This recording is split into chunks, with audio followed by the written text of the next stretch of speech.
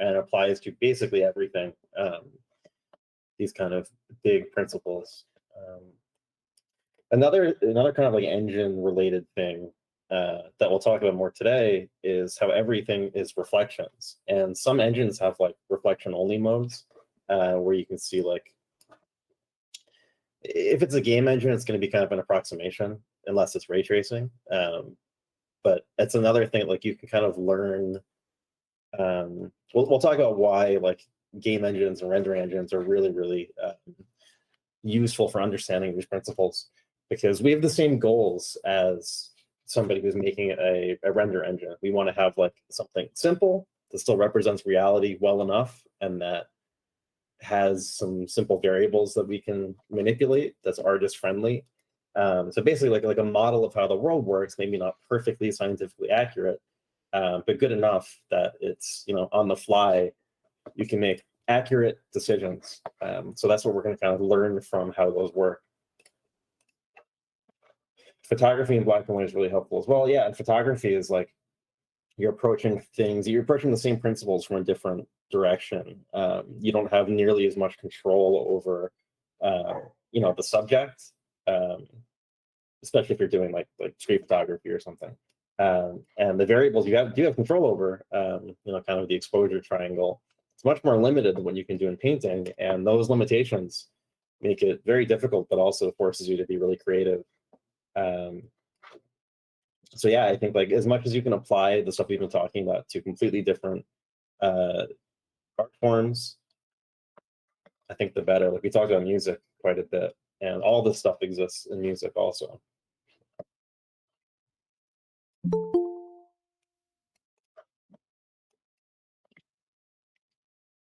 Okay, so I think I want to start with critiques today.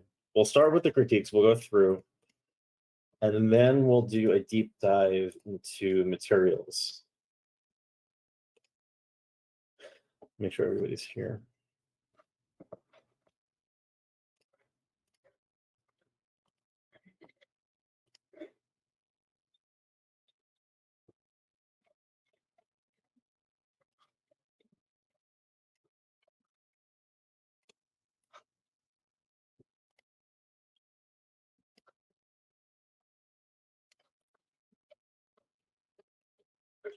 Okay.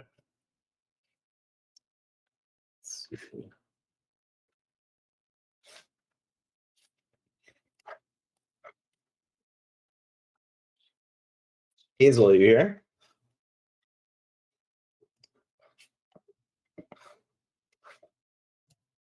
Hello? Yes. Hello. Okay, let's take a look at these. Okay, so tell me about how these went. I just worked on it a little bit more. The illustration was like I didn't get a chance to work on the other one, but I kind of like how it's going. Like I like it better than it was than I liked it last week. Yeah, I think this is cool. I think you introduced like another kind of level of chaos almost that we can now rein in. This background's really cool too. Is this a photo or? Yeah, it was a photo, and then I put a bunch of filters on it, and then I just warped it, and like I didn't have a plan. I was just playing with the yeah. Yeah, it looks really cool. You know, you might even like find that if you pasted in, say like a photo of a bush and got like that kind of silhouette, like really accurate, you'll be able to see. It's a little bit bigger. Like if we took this shape and grabbed something from a photo, I don't know if I could find something quick enough, but that if it was really specific, it's going to help your brain kind of reset and judge other things. But I think you're definitely getting there. I think the face could feel a little bit more 3D, and the colors feel a little bit disconnected from the rest. It feels like very red.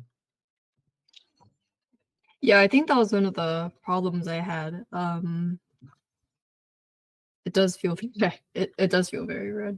And also, like the other thing was that the wall behind her was it looks like it's like coming straight out of her head, which I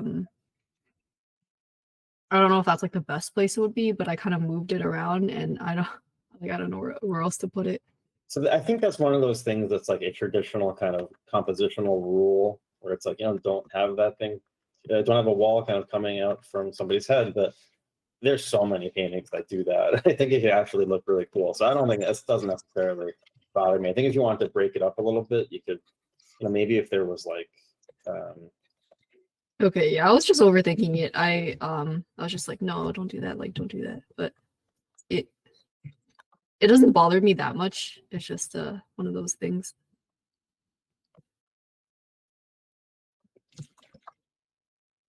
I was thinking like, what if there were like string lights or something? That could be a way to kind of like break it up a little bit. I think like, well, what could kind of be on a wall, basically.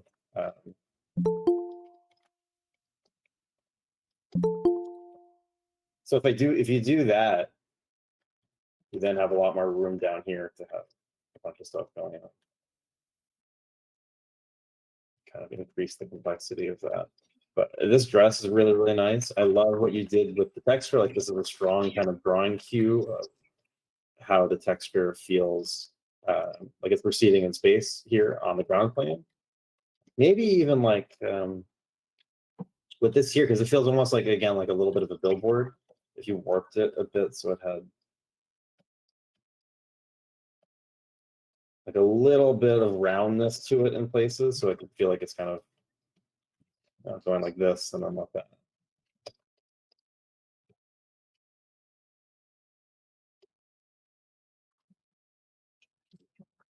But yeah, maybe these could be these. So here's another way to kind of balance. Like these could be warm, and then over here you could have similar kind of value group, but this could be cool.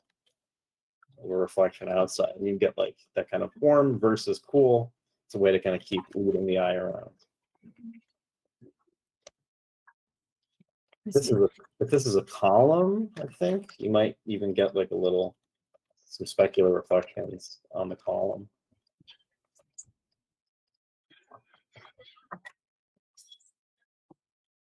But overall, I think this is looking fairly nice. And then if you get, this is also looking, I think, a bit too saturated. Another way to describe it would be, I think, like too high chroma of a red. Chroma being kind of like how identifiable is the color. And since this is, we're going to be talking about materials more today, we would get more red as it's bouncing, but we're going to be talking about why you would get saturation, what subsurface scattering is. So I really kind of want to warm some of the stuff up, especially in the shadow, so we can tell the light is bouncing. So like these shadow shapes for the eyes, this is going to be a lot of what we go into today. We really want these to be more saturated than the light side, because it's a way to show that light is bouncing beneath the surface, and that's going to increase the purity of the light. How much of the nose would you really see at this angle, and probably quite a bit of the mouth if she's wearing lipstick, especially. So what would really kind of show up in the big picture? Would it be more of a general rule to like have the colors more saturated as they go darker, or like in shadow? So for skin, 9 times out of 10, yes. It's not a hard and fast rule, but you would have to have some crazy lighting situations for it to go like this. There would have to be like a lot of interference from, say, like very blue light to make that happen. We'll talk about this, but basically, like, it's going to be scattering warm wavelengths under the surface, and we've got a lot of warmth bouncing around here, especially from the red dress, and the environment just like isn't cool enough. So the more that the light bounces beneath the surface and skin is gonna bounce around that warm light, it's gonna bump up the saturation. So what I mean is if we would need like a really, really opposite light in here to desaturate this and make it look more like this. And generally kind of without that context, it's going to make skin look like dead and probably kind of like bruised if you make it desaturated. Does that make sense? Yeah, it was just one of those things I never thought about. We'll be talking a lot about that stuff today. So yeah, even just like taking this more saturated, darker, I think it's going to make, we can really kind of round out that cylinder and show the subsurface scattering. And then on the light side, that's where we might want to desaturate things a bit more, maybe get some hue shifting going on, maybe especially on the shoulder, like where we get the specular highlight. To show the form of shoulder blade there coming across.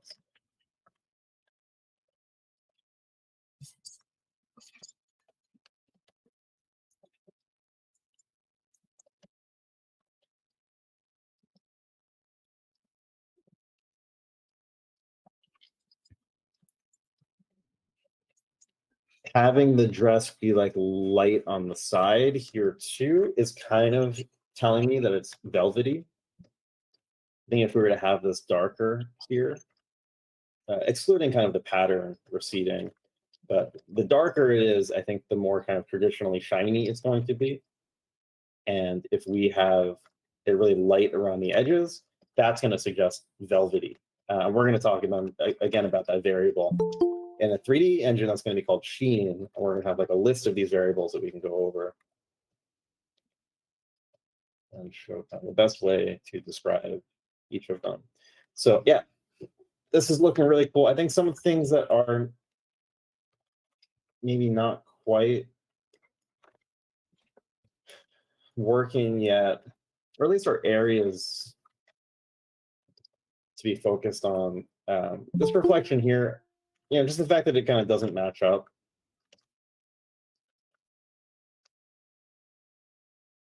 You can get some more careful drawing here. And it's kind of sitting right on the horizon. I would want like a drawing cue, like something to tell me, this is, well, where is the horizon line? Horizon is like actually kind of like here. So we would be seeing this from the top a little bit.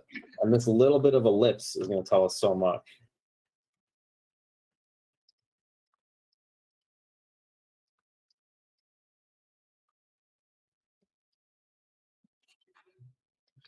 So at this point, it's going to be like little stuff that really adds up. Because on a thumbnail level, like that's awesome. It's really working. Maybe something I'm noticing even that thumbnail size is we get like this kind of vase shape happening here and here and here. So it's like this kind of thing going on, and it makes it a little bit even.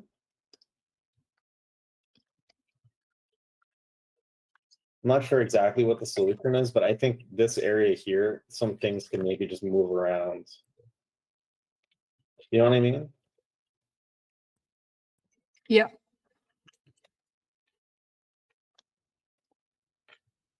Maybe even make this like smaller.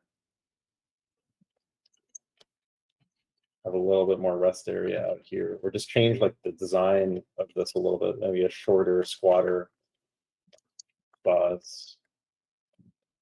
And that's It looks a little unbalanced in terms of like value because all of the dark values are on the right side. That was something I noticed like, zoomed out. So maybe it wouldn't make sense to have really dark values outside here because of the exposure, but it might make sense to be able, because remember, we can balance things with any variable. So if you're saying, okay, the only dark values are here, it might kill the depth if we put really dark values back here.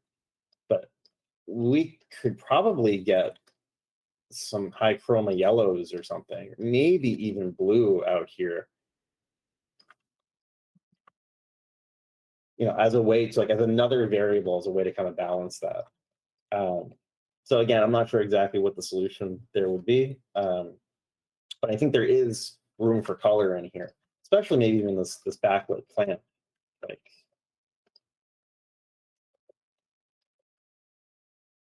these could probably be pretty colorful.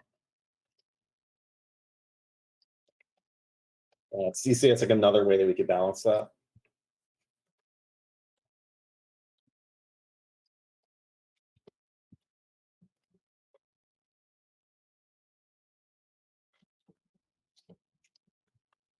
And then back here, it would probably just be like thinking, like, what is the wall? Like, what would be back here? Is there like a bar? Would there be a bunch of materials, like shiny materials back here with bottles? And maybe there would be a painting or something.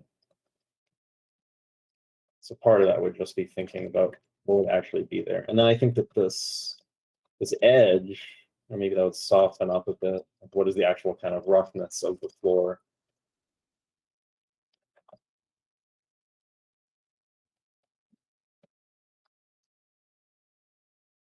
But I think this is great. I think this is like exactly what I mean about having lots of problems now to solve.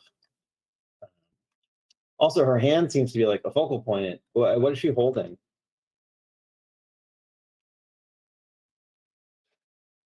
Probably a drink or something. Okay, so probably wouldn't be red. But we could probably get some reflections like around the rim, even the base of it.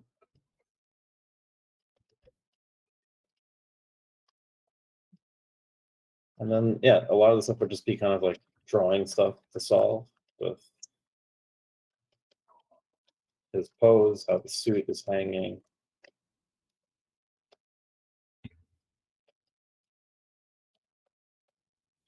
I get some temperature variation in here.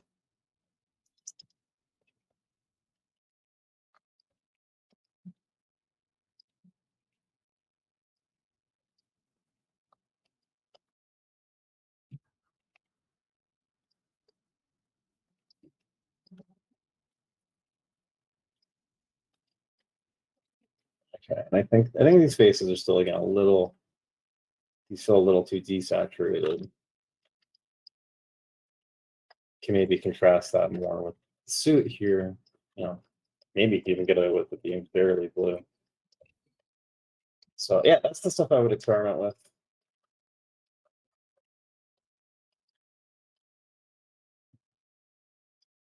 I think this is going in really cool places.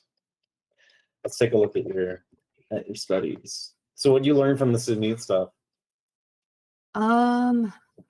Mostly how he does his like compositions, and I also looked at how he rendered a lot of stuff. That's how I did the reflections in mine. Like I just looked at a bunch of his stuff. He does a lot of like straight lines, like in the middle, the horizon lines. Like a lot of the times it's like in the middle of the image, or like there's like a clear line in the middle, and then he does like a curve, that like blends into the. I kind of did like a little thumbnail. He does that one a lot, where he like does a curve and then he frames like an area of high contrast with it. Cool. Yeah, I mean this feels like a Sid Mead painting. Like just that's I think you definitely figured out some of the essence of it, and you can see it in this one, just like straight line, curve, and then the balancing thing in here, which has a lot of that chroma that we talked about as being a balancing thing. It's not all just value. Yeah. So if we're going to do a thumbnail of that,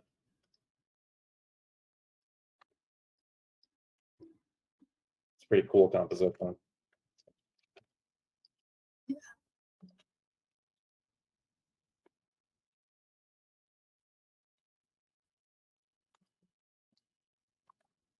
I feel like this right here is like super important because we get that counter change of temperature. You get the cool. We get like Mm.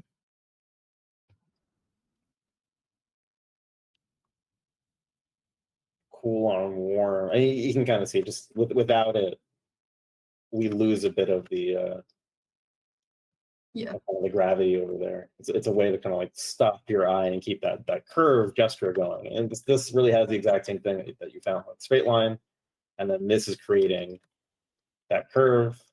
Um, that wheel is pretty high contrast. It's that kind of balancing point. I would recommend I think you've really figured out a lot about kind of the abstract relationships in the Sid Mead stuff. Now that you have this, like pretend that you did this thumbnail, and now you have like a perfectly realized reference for it.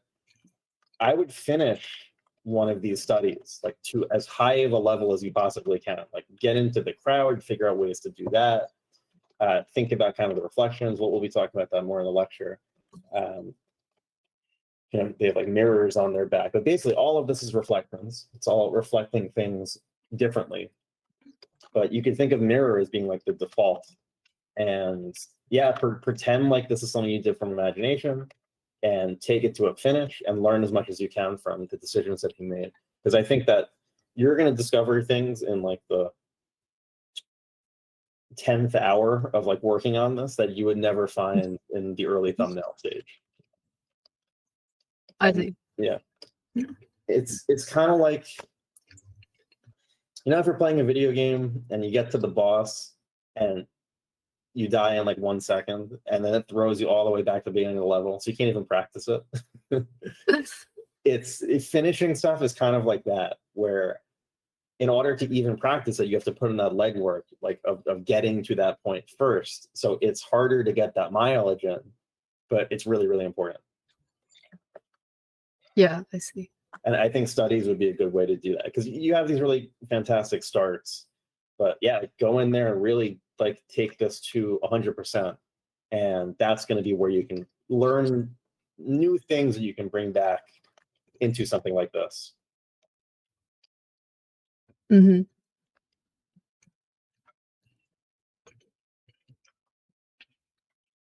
Yeah, there's a clear it's a really interesting, almost balanced X, but like look how abstract this is. Like warm triangle, or a cool triangle, warm triangle. Like it's such a cool abstract design happening here. Yeah, I really like the colors on that one. So I was like looking at them and trying to. Yeah, out. even something like this, it is entirely about reflections. Exposure plays a big role in here. This is getting kind of overexposed, but we have a lot of room for light in color and light in the shadows here. And yeah, I think that's something that that you seem to like. So I think that's something like when you're painting from life more, you can try and recognize like, am I in the shadows? Am I in the light? How far away are they? How much room do I have in each according to my budget? But yeah, this is just kind of a masterful example of like taking all that information in front of him, compressing it down, and making a very, very cool abstract design with it. Mm-hmm. Okay, so yeah, your work from life looks amazing. I think that this is such a huge improvement. Like they're really, really good. What do you think about this? This one specifically was hard. Because I'm like on my PC and then I don't have an iPad. Yeah. And so like, and my desk is like a little corner. So and this window was like behind me, and So you tried that thing where you're like looking behind you. yeah, and like a lot of the angles are really hard. I like now that I'm looking at it, the couch, the angle is like completely wrong. Like the arm of the couch, I messed that one up. Like this. I mean, it doesn't. Yes. Honestly, it doesn't really matter. It might even help, because let's see if we fixed it. Actually, it's still pretty cool.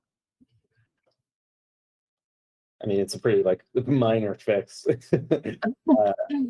Because yeah, before it was like parallel with the picture frame.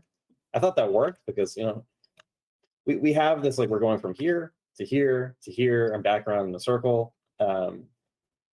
This works equally well. and you get a bit more of that perspective. So I think that's okay. I think one of the things we're missing is like the contrast between the relatively cool light outside and the warm light in here. Like you could see how cool the reflection on the couch is, because that's reflecting the sky basically. Um, things are a lot warmer here. Now, it doesn't look wrong to me. I actually really, really like it. It has like a really nice mood to it. But I think I see a similar thing here where it's like maybe for the next ones that you try, you could try pushing even further into the cools, because I'm seeing that also like a reluctance in this also to have like cool values. They kind of always stop at like a gray and they never get very saturated. They never really have a lot of chroma. And if you look at like Sid Mead stuff, like he's really pushing that. And the Soroya here. That's Soroya, right? Yeah. Yeah. You know, there's a lot of high chroma blue also. So I think in this, maybe if you just like push this a little bit, I'm even just making a little bit more green and desaturate, like it's going a little bit towards blue. And then I can take this and do the same thing and just like desaturate it a bit and push it a little bit towards blue. That might even be like all you need. And then in here, we can maybe even add a little bit at basically the same value of like this in here to be a little bit cooler. And that it might add like another dimension to this really. Okay. In you know, this light filtering through the blinds also can maybe just cool off these highlights a bit, just like tiny bit. And I think it could take this and make it not look it'll keep it looking warm because we're not actually using blue, but it's not going to look like a sepia toned photograph. It's not going to look like there was a filter over the lens. You know what I mean? Mm-hmm. I think honestly, I think it works really well the way it is. But I think that's just something that I see throughout your work. Is those temperature contrasts could be pushed a little bit more, and that's why I think like just the more you paint from life, the more you're going to recognize that. How do you go about choosing? Because like you do a lot of studies of like different lighting scenarios, but you push the colors a lot. Like, how do you choose which one to push? Because like if you push everything, then it starts to look like a little too chaotic. So I rarely even think in the terms of like pushing. I think more it's what is the contrast you want to show at first, and it's like keying to that. The other thing is like, well, what's actually happening? That's what we're going to talk about later today. Like, well, here's some intense direct light, and there's lots of bounce in here. So, you know, something like this might be an opportunity here to add color that makes sense. Because I know there's a lot of bounce light in there. And again, like saturation comes from light bouncing a lot. So it's like you always want like a reason to do things. That's why I think kind of arbitrarily pushing things doesn't usually lead to good results. You want to have like a strong foundation for the reason why that contrast would be there. Again, we'll talk about more of that as we get into materials. Oh yeah, I want to show.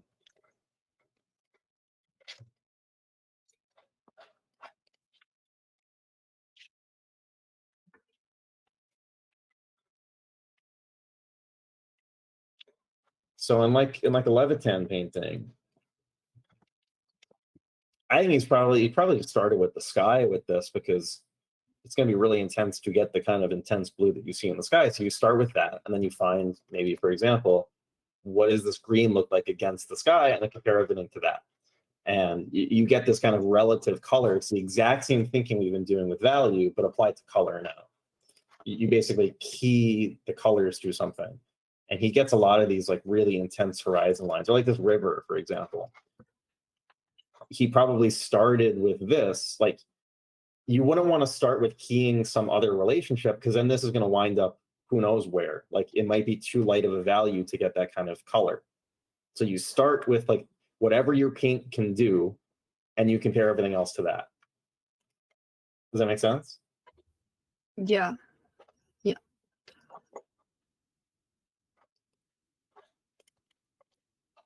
That's like a pretty extreme example. if we looked into the grass here, we'd probably look at something like, probably look like this. You're looking at the grass, which means that for this, we'd have to darken it so much we wouldn't be able to get chroma. So it's really just a question of keying and exposure a lot of the times as to how we get color. A lot of this would be darkened down, and in here, quite a bit darker.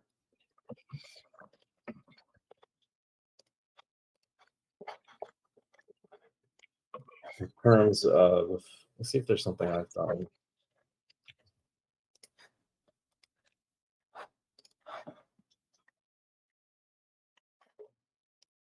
I think we looked at this one. I was really just looking at like color relationships.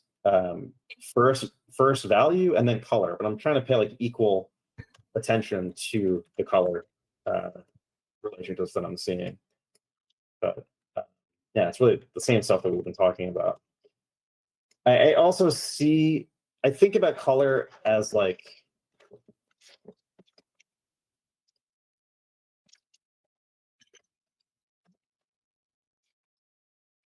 so we have this 50% gray, say in the center, and our darkest possible value, our lightest possible value. And what's like a transition between them? Well, this is our budget. And we're keeping in mind what our middle point is. Color is like the exact same thing, but if you flipped it. So what is our warmest possible temperature? And what is our coolest possible temperature? And gray is going to be kind of the liaison between them in the same way. And I think you're paying a lot of attention to like having interesting variations of the color, I mean of the value, but a lot of the color is like staying very kind of restrained and central and kind of monochromatic and also mono temperature wise. So yeah, it's kind of like figuring out, well, how far do you push something? Where do you like, if this is as blue as we can get, if this is as cool as we can get, maybe start there and then figure out like what gray we need to contrast against that to have the correct relative relationship. But yeah, this is what I think of in terms of like, we've got gray in the center and how far out from our home are we going to like explore? Okay. And I think you're being very adventurous with the value and you're being a little timid with the temperature side of things. Okay, that makes sense. But yeah, again, I can't say enough how nice this is. Like that, the edge work happening here in the curtains is amazing. And like this stuff wouldn't happen if you were just looking at that. If you're clearly comparing the big relationships of what you're looking at. You can see how different the photo looks. Like this looks like a photo, stuff is blown out. You're not copying that. And this is like clearly vision, the way that we get lost edges, subtle transitions between edges. I really, really love the way that you did this lamp post here, because it's like this material has such hard edges because it's reflecting so strongly and so brightly, whereas this metal is a little bit darker and it's relatively, this feels like it's much harder edge. So the fact that you like just lost all of this really made this have a lot of impact. And yeah, the texture out here like is really suggestive of all that detail outside. It also goes to show, like here's an example. We really get a strong sense of the form of this lampshade, that this is a plane change. Right? Yeah. And what is the difference in value of that plane change? Well, 20 to 22. Like, okay, let's look at these two values. We got this versus this. Like, look at that contrast. This is what I mean by if you were looking right in there, you'd clearly overstate that difference and make this way too dark, probably even brighten this up a little bit. Then everything else would expand, and if we clipped everything, it would kind of make sense. But generally, like if you're kind of piecemeal seeing into here, then you're going to look into here and do the same thing. That's why we don't have any groups. But it shows like how little you need to show form when the big relationships are there. This is 2 points on the value slider, like maybe even 1. and it feels so like planar. It has so much like solidity just from where that shape is and the correct relationship between the other groups. Like this is contrast within. This is not an entirely different group. And because you found the between accurately, you can kind of slot in that contrast relative to that. So this is really, really fun to look at. I love it. There's so many cool things going on. I really like this one too. I think that the value relations don't feel quite as spot on. Like there's a little bit of muddiness going on. Like, for example, like this. I think this would kind of retain the energy. And even if it was like curving under a little bit, it's just going to stay bright for much longer. The way it rounds this corner too, like it's just a little bit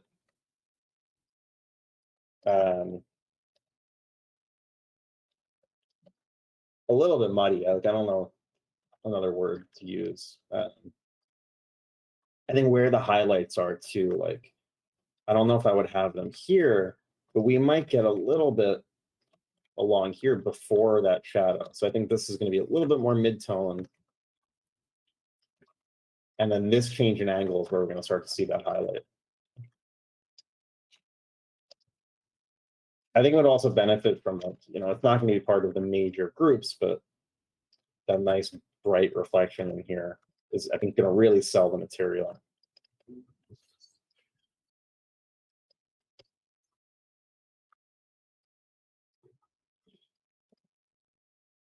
But yeah, I'm seeing a little bit of that muddiness everywhere of like this too. Like I just want to clean that up a little bit, have it be a little bit more consistent until it turns into shadow.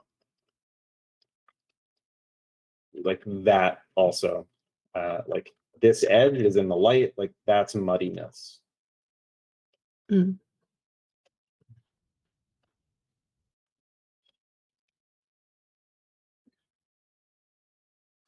But other than that, also really, really nice. It's a cool subject. Was this also something you were looking at like behind you? No, that one's like to the side of me, like yeah. You know, it's interesting. It's like this is such a difficult subject, and you weren't even able to like be looking at it. It shows how powerful that is of like looking and memorizing. How just like truthful this feels. I spent a long time on that one. The lighting changed while I was doing it because the sun set, and then I was like, no. But it's really. I mean, how do you feel about it? Do you feel like you were successful with some new stuff in this? I like it. Yeah, I like it. So yeah, really awesome work. Do you have any other questions from these? No, that's it. Cool. Thank you, Hazel. Cool. Thank you.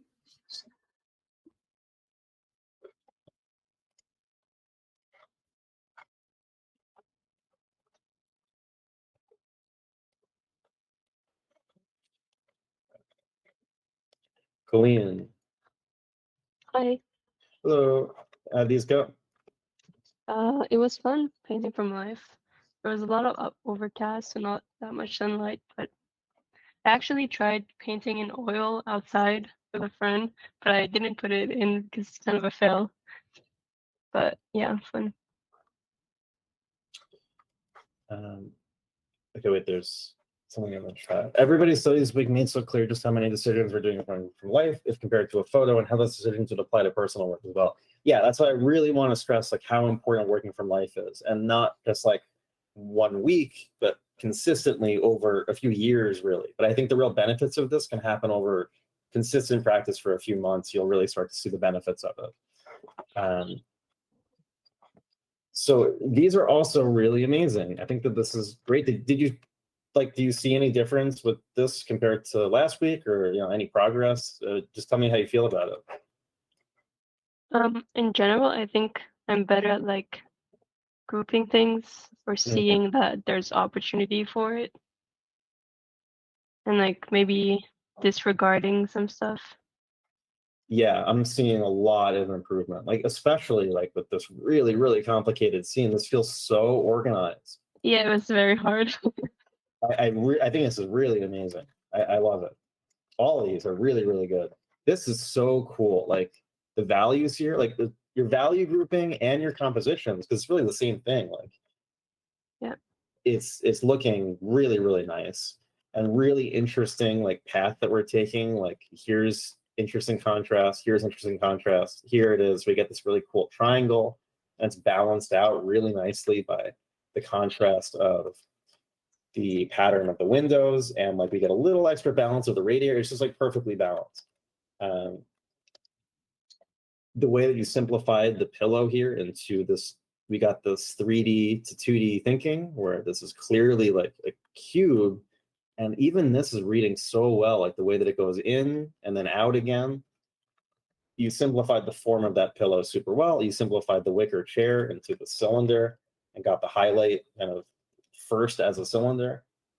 I don't really have any notes on this. This looks really amazing. I think it's much easier for me to do this from life than like using it in imagination stuff.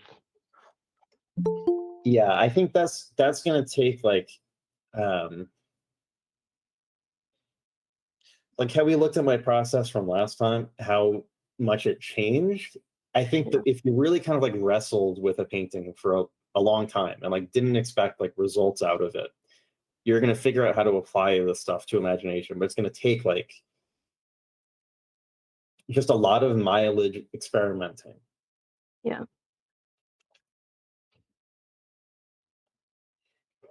Because clearly you could do it. And it's the same principles. I mean, you're taking 3D forms, you're compressing them into shapes. The values and the colors are all averaged, and you've got a really cool balanced composition. This is doing a similar thing with this triangle here, and then we get the extra contrast here of the silhouetted people. And it's using different variables. Like here we've got color, here we've got complexity. Like that's the same value. Like this is not value contrast down here. This is all human interest and shape complexity. Here we've got a little bit more color, and there's a little bit of shape and value here. So this is grading this triangle. And then here we got value and also again a little bit of that silhouette. But I love it because we've got light on dark over here and dark on light over here. So it feels like so entertaining and interesting to look at. You're not reusing the same kind of contrast. We also have like really simple areas here. And this, I can imagine, was very tempting to put tons of detail in here, but especially like the light here, how that's just cool light coming from above, warm bounce light here. It's really simplified, averaged out. So this whole area relative to say this feels open and empty. And then it's contrasted really nicely with the lights on the ceiling. And this could have easily gotten away from you. Like this is a really difficult game. Yeah. So I think the way that you balance it, kind of using the principles we talked about, is yeah, I love it. I think it's super cool. Thanks. This is really nice too. Super complicated drawing stuff in here. It's all been simplified into these nice shapes. And yeah, the materials are reading well too. We're going to come back to these when we start talking about materials and classifying them. And now instead of thinking about kind of everything as abstract shapes, we're going to talk about what is actually happening with the light, and to be able to say, like, you know, what is this material? What is this material? What is this cat material? But yeah, the way my eye is kind of moving around here, it's taking a really interesting path.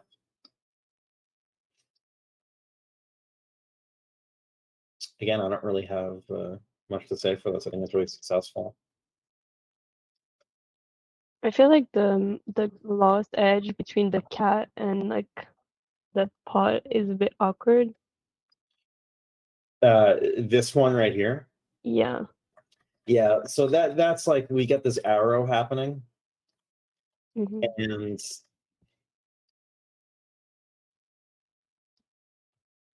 it might just take like a different pose for the cat. Like maybe something like this would have done a little bit. And it's still a tangent there. Yeah, that's one of those things where it's like, I would probably just reduce the contrast a bit of the pause and maybe bump it up. Like you see how the light is hitting like a little bit more right here. Maybe just like don't look over here, basically. Like make it a bigger lost edge, and then a little bit more light here, and maybe it'll be a little bit less distracting. So maybe that's one of those situations where instead of like a big different solution, you just kind of subtly massage the one that you have until it's until it doesn't feel like it's taking away. Right.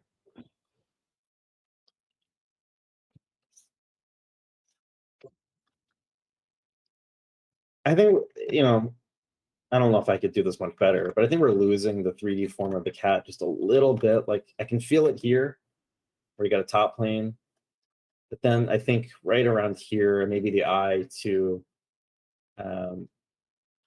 Honestly, I don't know how I would do it better, but something, it starts to feel a little bit flat, especially here too. Like I can't really feel the center line anymore.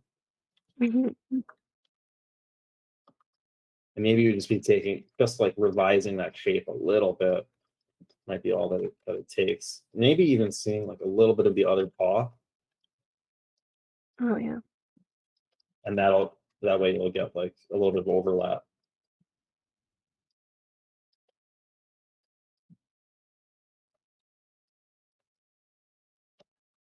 Yeah, I don't know. It wasn't really bothering me. It's actually kind of interesting, you know, the way this happens. This looks great. Is this squash? Yeah. I love how you simplified all this into just a shape. Scissors here, like really, it's a really nice solution for that. You know, we're losing so many stuff, so many things, like the blade into the backgrounds, and I love this too. Like we've got 3 values. This, and this, and that's really all it takes. And that's the kind of thing you'll see in like Sargent's work. Let's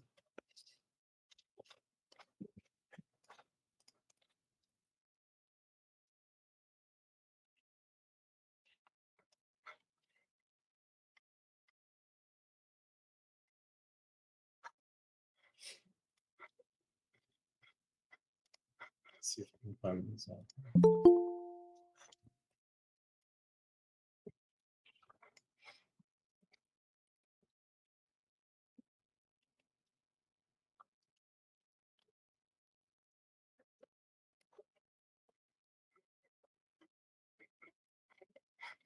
There we go. Okay, so something like this, you know, the way the Sargent would paint, you can see the same exact thinking, these lost edges. It's really just 3 values. Reflection of the table, reflection of the darker stuff, reflection of the highlight. Yeah. Same thing going on here. Reflection of the table, reflection of the dark stuff in the room, reflection of the highlight. And those are the 3 things that are different enough to be different groups. And, you know, you're really getting that same kind of thinking happening across here.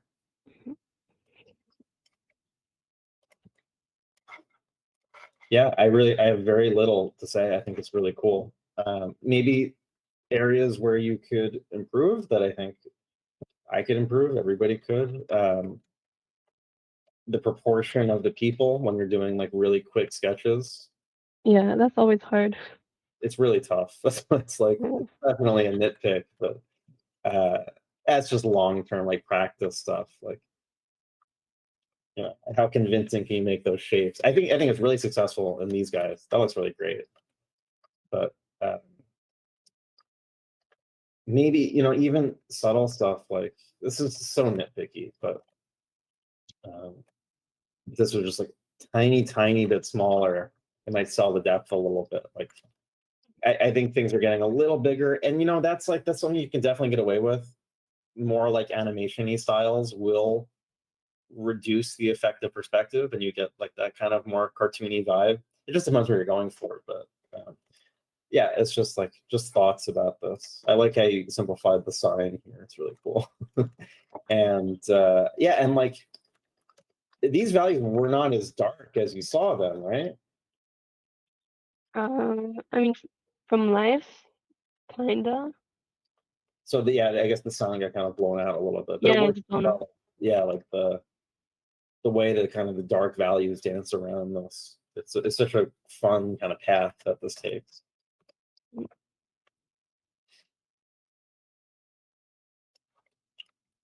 Yeah. Do you have any questions?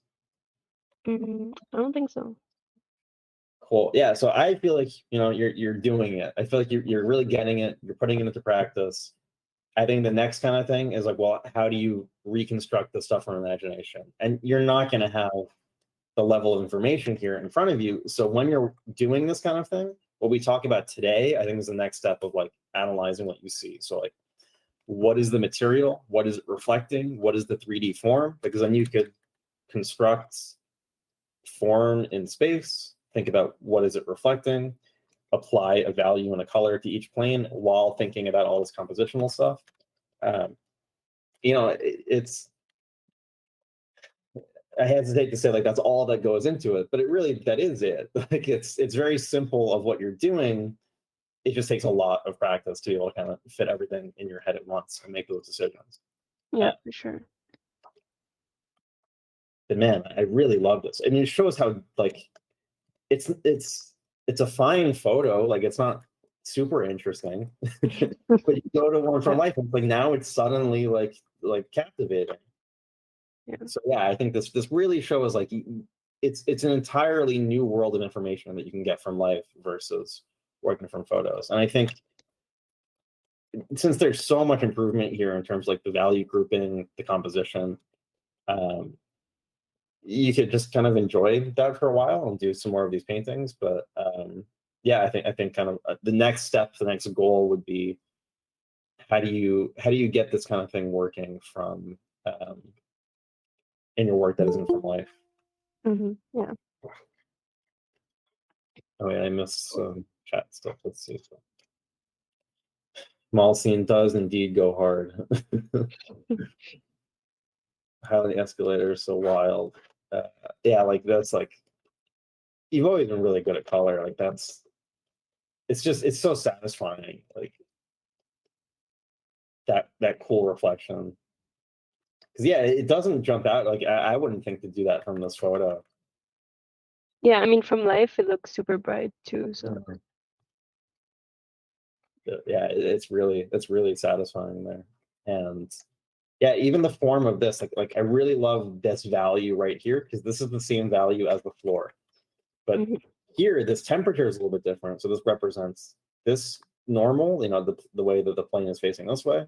This is facing up. They're the exact same value. So we have a 90-degree difference in planes that have the same value. So that's the kind of stuff to like pay attention to. Like here, same thing. Plane is facing this way. Plane is facing this way. Plane is facing that way. It's all the same value. It's the shape and the big differences between, say, something like this. You don't want to get caught up in, say, rendering, over modeling stuff where you really don't need it. Yeah. And also, I feel like working from life, you have to do this kind of thing because you don't have time anyways to like go into every plane and change the value or anything. Yeah, it's you're kind of you're down to the wire with painting from life.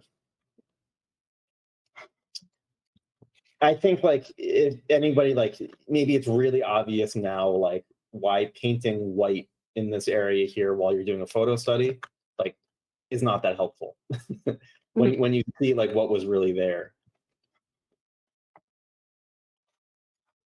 Okay. Yeah, sorry, Ava. I posted in the Discord when we were starting, but I don't know. Like Canada, the U.S., and Europe all have daylight savings at different times, so it's really completely needlessly confusing. But we it'll be on the recording.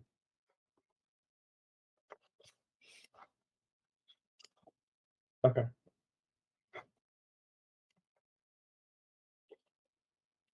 Yeah. So no more questions, right? Did you have anything else? Not right now. Cool. Thank you, Colleen. Thank you. I don't think I even have anything that I painted over here. This is really nice. Okay, let's see.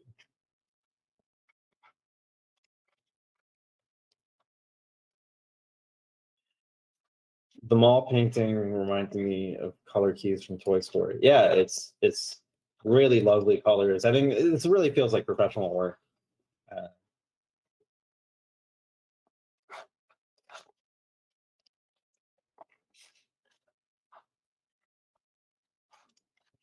Okay, Kai, are you here? Hey. Hello. Let's see.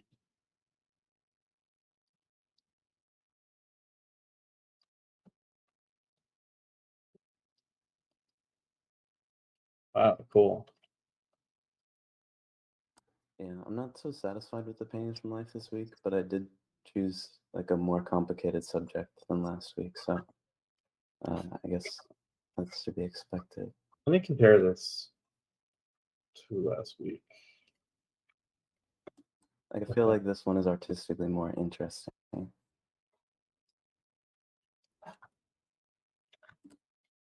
Even if the one from this week is maybe more like educational. My personal preference, I really like this. I think this is a lot more interesting. It feels, I don't know the word. Last week's was great too, but it does feel like you're really pushing things with this. The angle, like that's a tough angle, but I really feel, let's say if we made this to a cube, I can really feel the top plane and side plane. Something about this ellipse got a little bit lost in translation because it looked okay in these. And then as it got a little bit more rendered, yeah, I think it got a little too big or something. Like, because ellipses are like really powerful cues for our brain. And there's just something like slightly off about it. It was the only thing telling me like that was jumping out to me. So I'm just trying to like. It's kind of funny because that was the very last thing I went and tried to like fix the ellipse. Maybe it's because these just are lower resolution. It's not like this isn't like activated yet by the detail. Yeah, it might also be the reflections just underneath the ellipse that sort of. Yeah. I felt like those didn't really convey the roundness of it, and then because that also like breaks up the shape that you're not seeing in the earlier ones. Yeah, totally. I agree. I think also the distance between these reflections here are a little too great. I think, or not great enough. Like the values were subdued a little bit. Sorry, I painted over it. The values were subdued a bit. Let's go back. In the way that you painted this.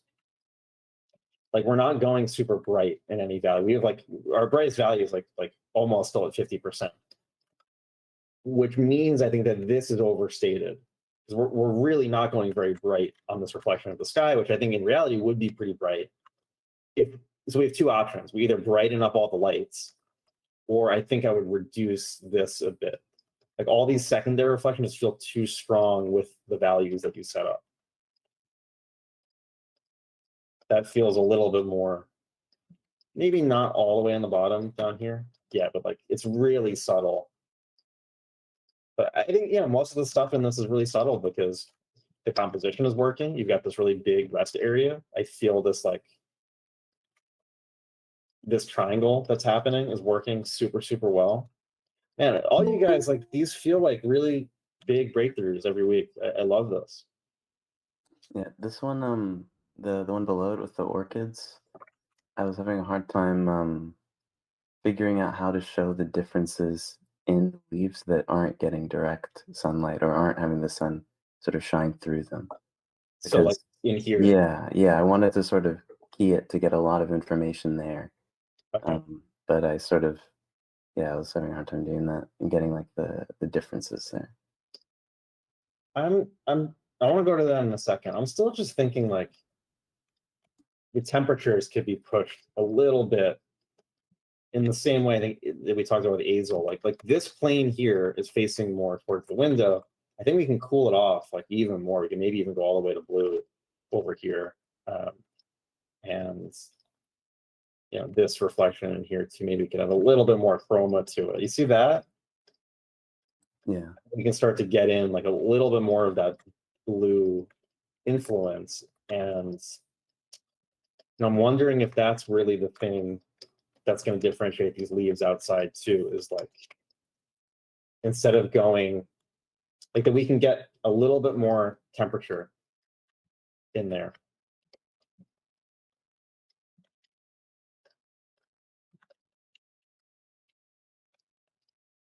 That marble looks really nice. I'm wondering if it could also just be a little bit more chroma in the blue. So I think that the values are like a little bit washed out, just like a tiny bit, almost like not enough to really be important. But I think the temperatures are a little too washed out.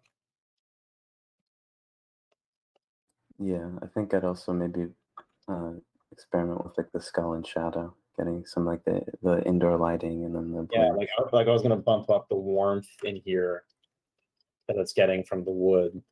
Like that's getting a lot of warm light. You can see all the temperatures, like, because it's really overexposing the lights, but still you can see like these really cool temperature shifts that are happening that I think we can start to get into here. Like the pinks from kind of the incomplete reflection of the sky. I think that's gonna be kind of the next place that you take this. But overall, like, again, really, really nice.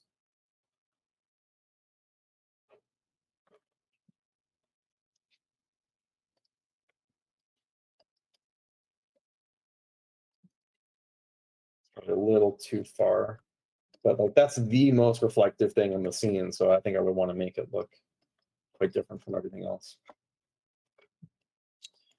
Okay. So how do you differentiate these guys? Yeah, I think it's going to be temperature.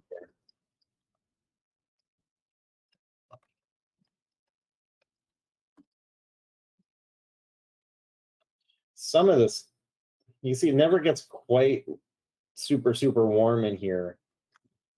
So I think it's mostly reflecting the sky. Like you can tell out here that these shadows are getting cooler and bluer. Probably a little too much in here.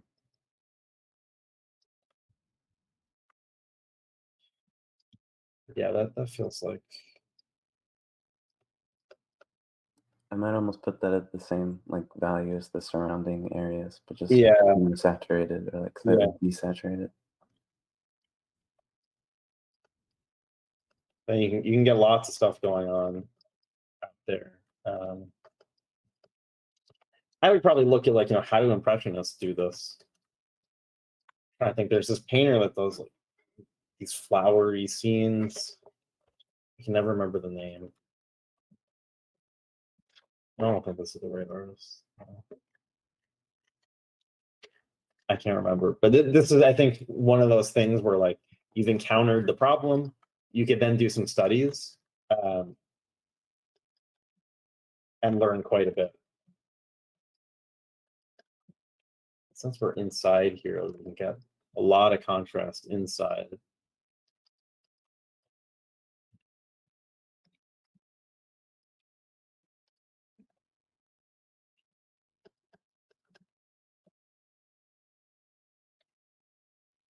Yeah, like those temperature shifts. And this will probably get really saturated, like where it is actually clipping, we're probably going to get like lots and lots of color. Yeah, that was a difficult one too because it was really bright from life. Yeah, like that's something where your eyes would even need to adjust. That's a great situation to have to figure out. So how do you like, because if it's just white, it's gonna look cool in comparison. So you can really kind of take advantage of the edges around there. Yeah. I remember it was almost golden. Yeah.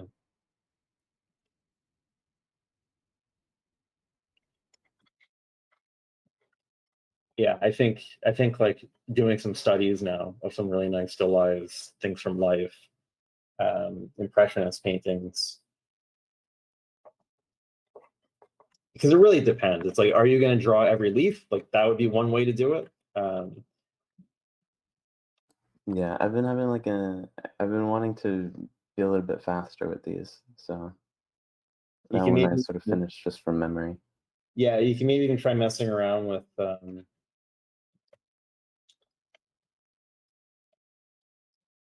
see, with like different brushes. It's like, how can you get, if we want to have just a bunch of noise back there,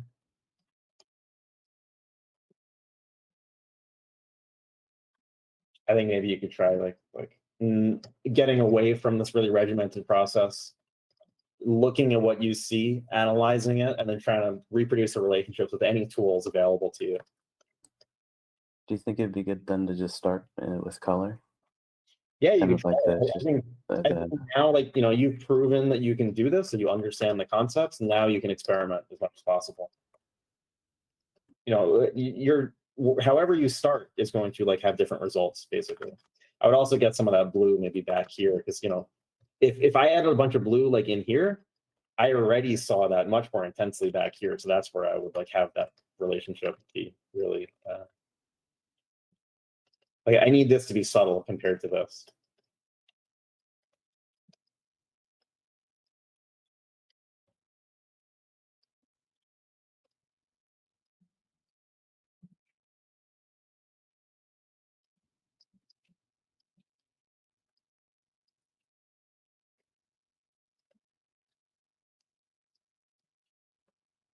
Trying to match this temperature and values like what I see over there. It's like, this is in the shadow reflecting the sky, so is that. They're probably going to be pretty similar. the photo was taken a little bit after, so there's a lot more blue in it compared to what I saw. Okay.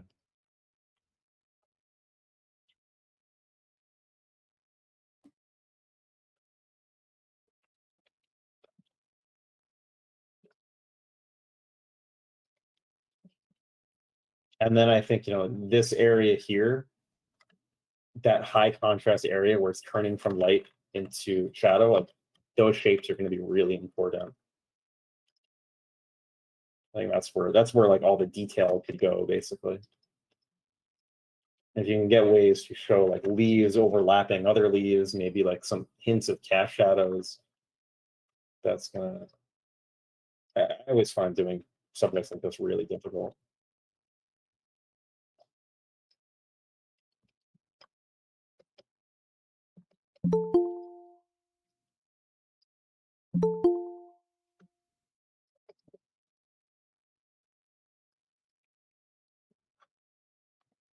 But yeah, it looks really cool.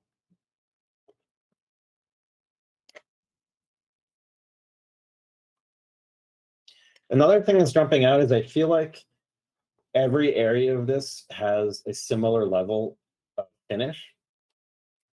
That could be something to think about, of like, where do you maybe lose stuff a bit more? It just feels like, the marble, the window, outside the window, the shells, the skull, the vase, they're all like the same fidelity of eventual round brush rendering. The table here too, the wood grain.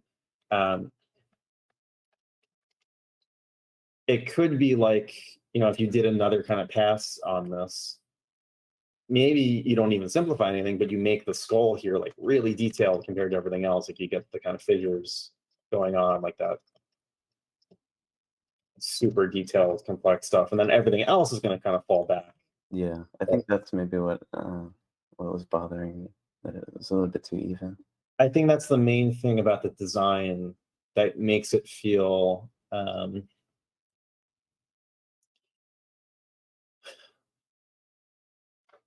I don't know the word. I just think there's a lot of like opportunities here. Like everything feels so different in this photo. Like the wood grain versus the texture on this versus the shells, the skull, and this is like totally smooth. I think that's something you can try and get like different ways of painting things, because it all feels like you're approaching each part of this the same.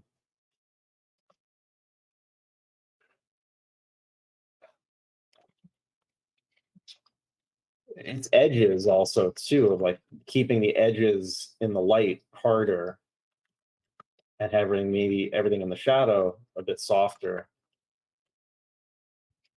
with less detail. So something like this, like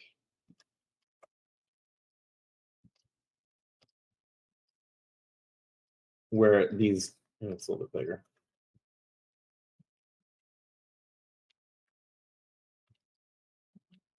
Where these are going to catch the light, like keep those really hard, and then everything else is going to relatively kind of fall off. Yeah. So it's gonna be kind of the micro ways that you approach each material here.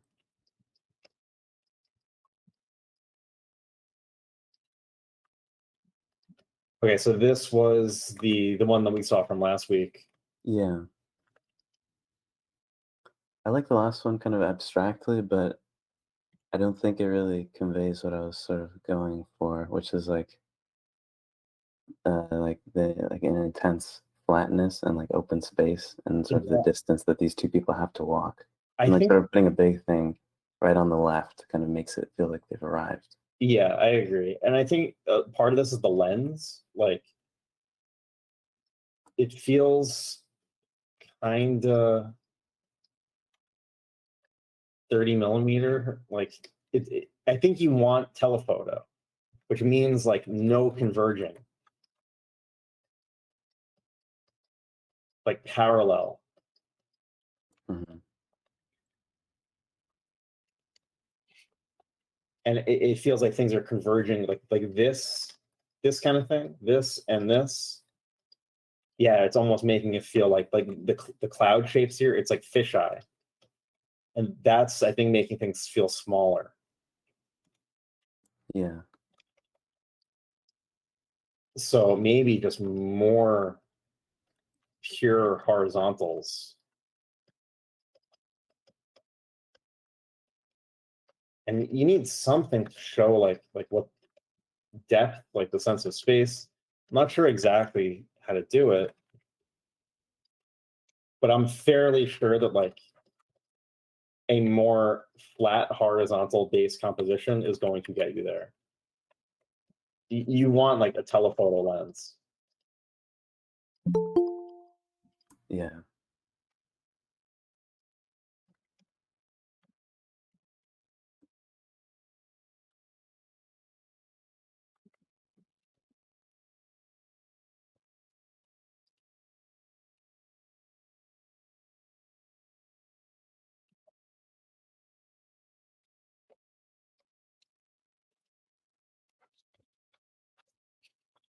Let me see if there's any relevant reference we can look at.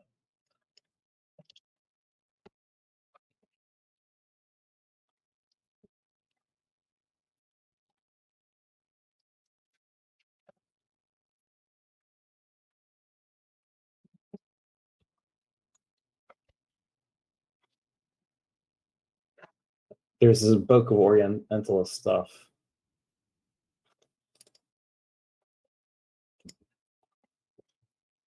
And I think there's paintings of like caravans, like this is a Jerome painting.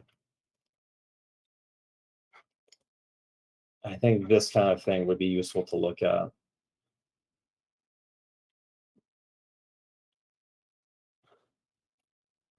Oh, this is that Vereshchagin typo.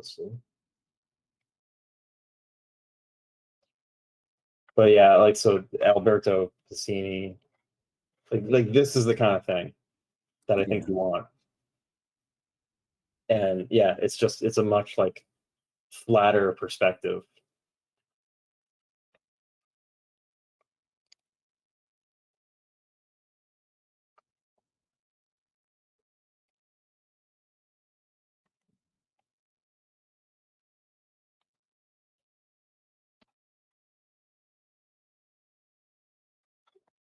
I don't know if I have this uploaded because it's a book, but I do have some random Orientalist paintings.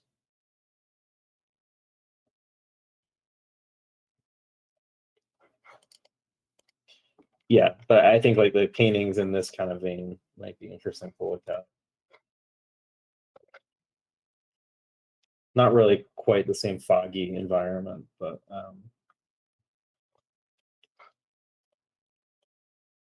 yeah, I think you can take something from it.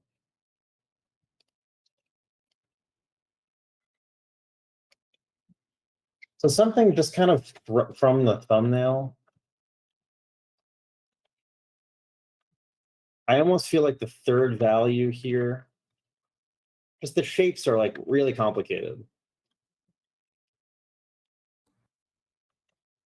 It doesn't bother me because I can tell what's going on and it looks really interesting, but just design wise, it's always like these really even shapes. Yeah. So instead of like maybe big and then an area of small detail and then big again, it's like it's always just kind of like evenly divided. I think it's something to pay attention to.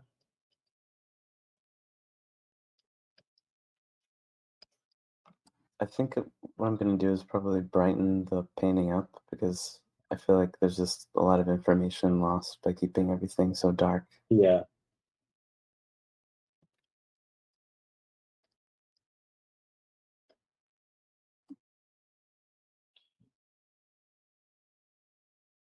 Maybe just a little bit. And then we can blow out the fire a little bit more. And get the same thing like with the leaves, like all the color will come in the edges. And we can still lose a lot of this. But yeah, there's some areas where I think I can't really tell what's happening. Like this is a figure, right? Yeah. Yeah, maybe consolidate some of these shapes a bit.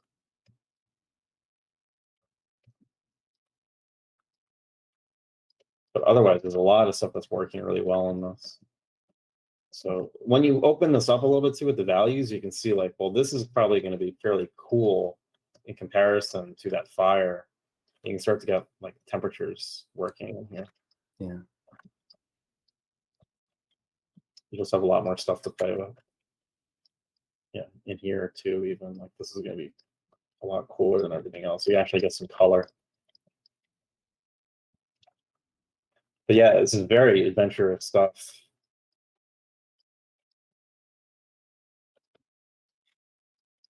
I think another thing is that the figures are not really in perspective. I think the figure in the middle is kind of too small. Yeah, and like there's a lack of a drawing cue here where it feels a little flat. Like if we instead reinforce the cube-like nature of this, we can see a little bit more of like, front plane, side plane.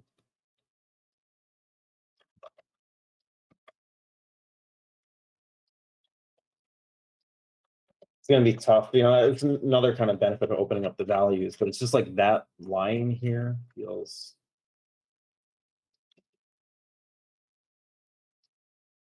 I want to be able to see just that. I think that helps. You see, because now we get like this drawing cue, that corner right there. And then, yeah.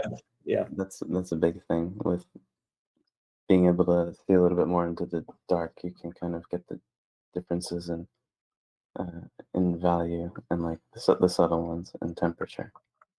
I think this figure just felt a little bit low, like the horizon line is almost sinking a little bit. And yeah, here too, like I can figure out what's going on with the shape of the figure, like how is the head tilted in space. I think the sleeves here are going like the wrong direction, maybe. Yeah. And so like top plane of the leg, front plane, and we're gonna have more perspective. So like less of this, more of that. Yeah. With all these decisions are gonna kind of add up. But overall, like again, super, super cool stuff. This, I mean, you can tell, like, it feels so convincing at a thumbnail. Do you think for the bottom right, would it help to go in and do like a line drawing to sort of find what the forms are? Yeah, conceptually. Totally. Because I think that's kind of what's missing from these two is like the values look really nice, and there's some cool like identifiable stuff. Like this works really well. You can really feel what's happening with the building there, but I'm not quite getting it as much like with the figures. I would really focus on just like getting those shapes reading. The line drawing might help. Figuring out like, yeah, like if this is a log, like where is the front part of this cylinder? And you can like just reinforce a lot of this stuff in the drawing. Like even like this, like, okay, if this is going to be the top plane receiving cool light from above, this shape here is going to show where that cylinder, how that cylinder looks. You could even get some more. It's like introducing just drawing cues in general, like everywhere. To tell me what's going on. The top plane of this stump here.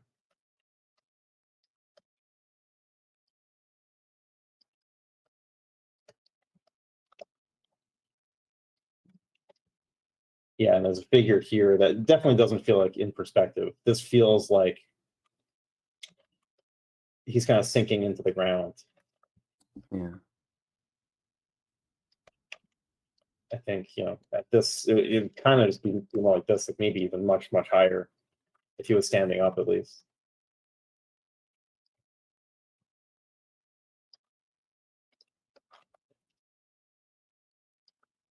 I mean, you can think about it like, okay, the horizon line here. Is he standing up? Which figure? This here? I didn't thought about it actually. I was just thinking about like the torso and the head, so it could either be sitting or standing.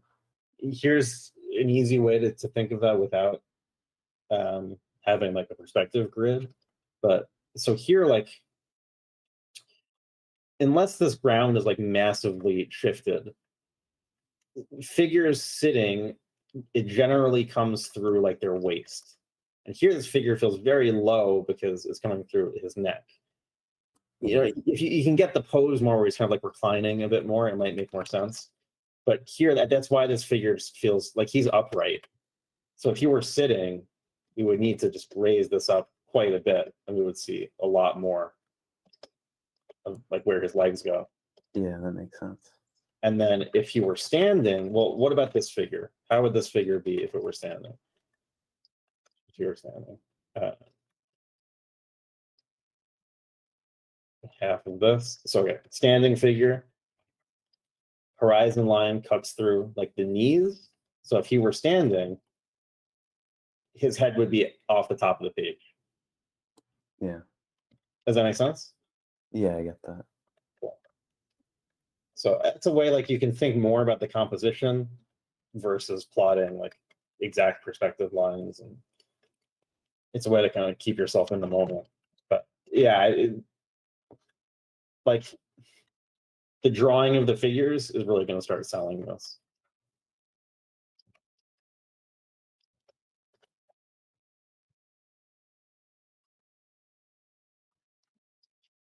Okay. Yeah, I think that's all I have. Do you have any questions?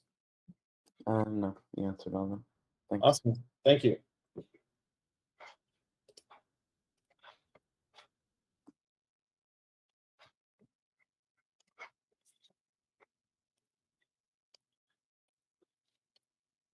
Okay, Myra. Hello. Hello. Hi. How'd this go? Yeah, this week I didn't have a lot of time, but I was able to try the From Life, kind of for the first time, let's say. I usually sketch, like do more sketch on sketchbook, but not like digital. So Yeah. it was like my first time trying digital. It was really hard to get the composition and stuff, but yeah, I think it has to keep going. Let me,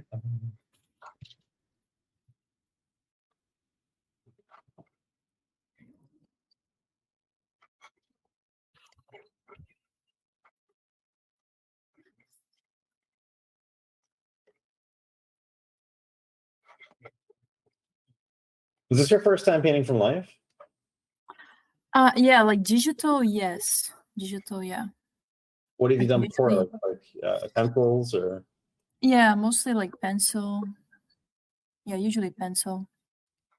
Okay. Yeah, I think you're definitely getting the concept here. I think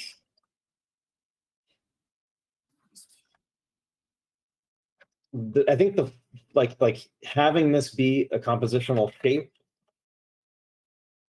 it feels like overstating the fall off of this light, because you know this is like a sconce and light falls off really quickly.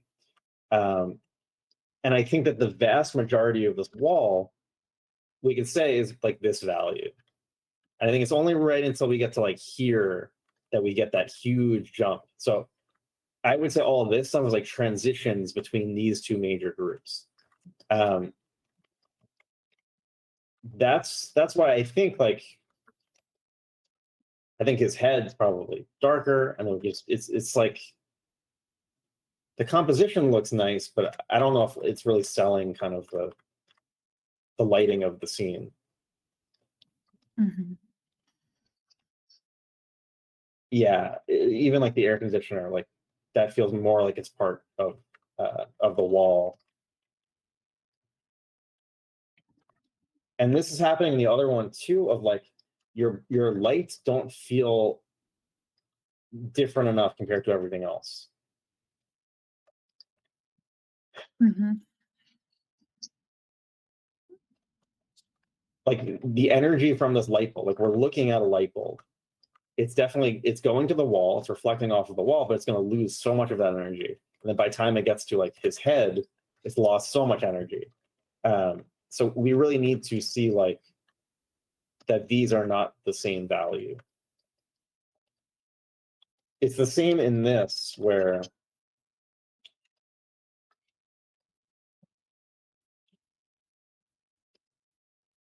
think this whole group could be lighter.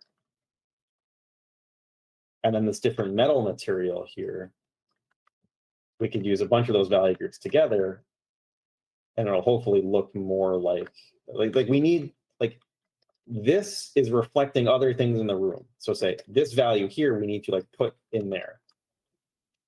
So this value right here, we can have also on this side. You can see it starts to look more like metal. Mm-hmm. So that's why I think today's lecture is going to be helpful of thinking what is actually happening with the light.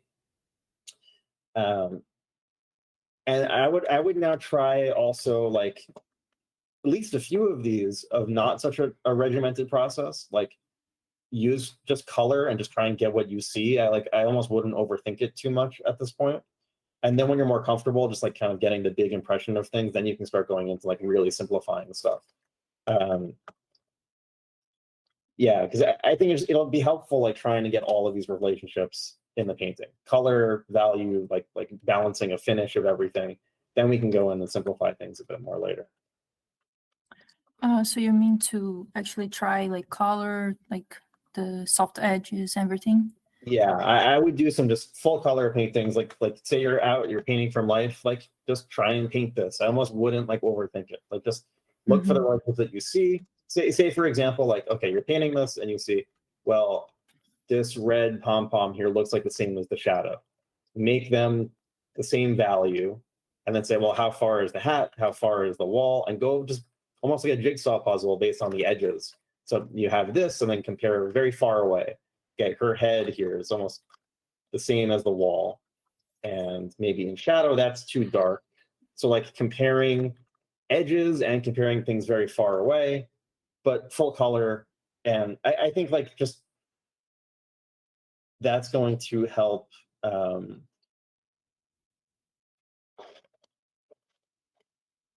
think it's going to help you be in a better place for the more simple approach. I think we're starting like too simple. Mm-hmm. I would at least try it a few times, even studies like this.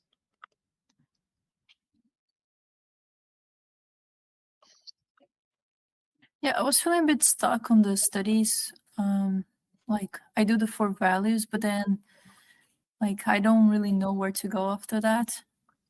Like if I go for colors or edges, I don't know, or just everything. Yeah, it's really like it's all the same. So these are edges. Like how, like you see that this is less of a difference. So this to this is less of a difference than say this to that. Like those are edge relationships. How different are things? I think even in this one, like what are the 4 values that I would use? Well, the sky looks like the same as this. That's right. It almost feels like the sky like comes out and makes these shapes. So 1, 2, 3.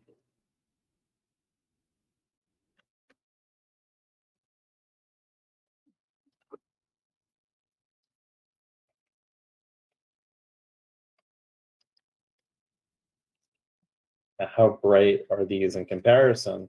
I would go ahead and like just really kind of finish this and try and get, okay, so now the shadow value of this mountain, it goes into this, the light value of these trees.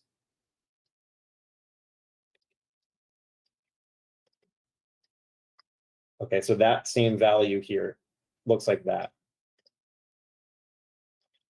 But overall, this looks too bright to me, which means we have to darken this and I'm now softening the edge between this and that by darkening this whole group.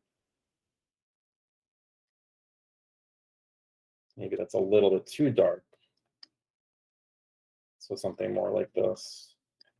Okay, now the sky here is now a little bit brighter than that. So now I can find this relationship. Does that make sense? Yeah. It's this so the same thing of like where I'm saying, well, the pom-pom and the shadow are the same.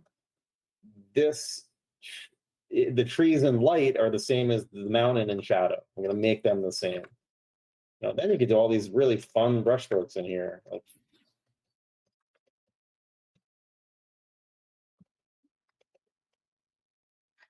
But like, do I still keep the 4 values, or I can add a bit more?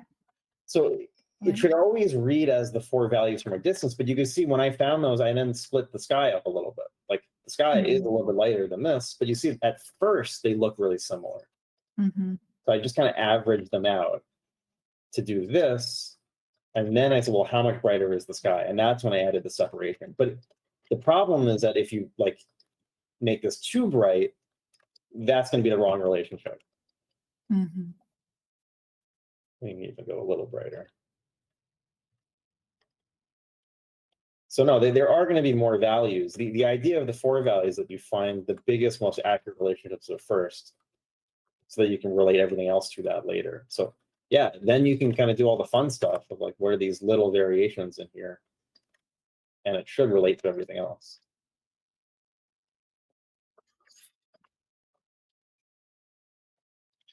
Even like this tree in the light is this value. And I'm always comparing across the picture. Then we have a lighter value up here, darker value.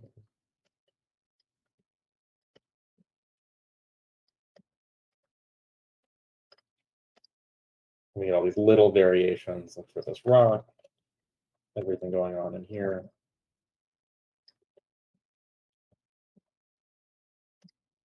This tree, you can see the light side of this tree, the same as the mountain.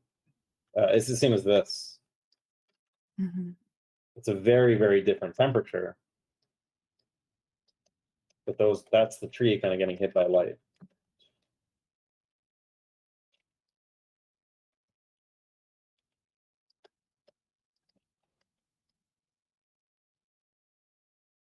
We got lots of atmosphere in here.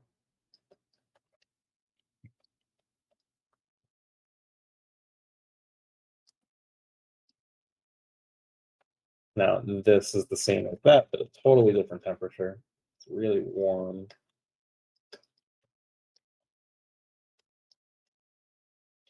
And what is the shadow side? It's probably a lot cooler. It's still reflecting the sky. So you can see it's going down in saturation, going over towards blue.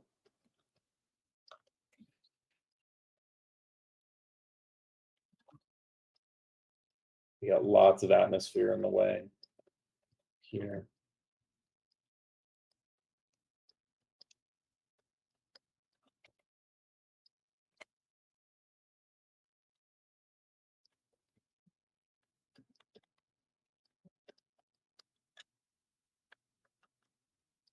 And so I'm just kind of filling in the temperatures. Now this snow here is much warmer compared to everything else.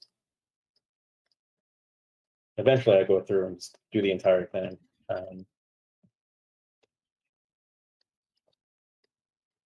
So I think the impression I'm getting is I think you're thinking a little bit too much of the rule of like 4 values or keeping things simple. And you could think more to trust what you're seeing. I think that's what I'm trying to get across. Like, I think like the regimented process that we're using here, I think is like almost taking precedence over just what you're seeing. And that's always going to come first. And what I want you to discover is like, oh, if I really trust what I'm seeing, it will naturally fall into, say, 4 values. Does that make sense? Yeah. That's why I think like a little bit more experimentation, just kind of seeing what happens, but thinking the only thing you should really be thinking about is like, what are the right relationships? And then things hopefully will naturally fall into place with like these nice organized groups. Mm-hmm.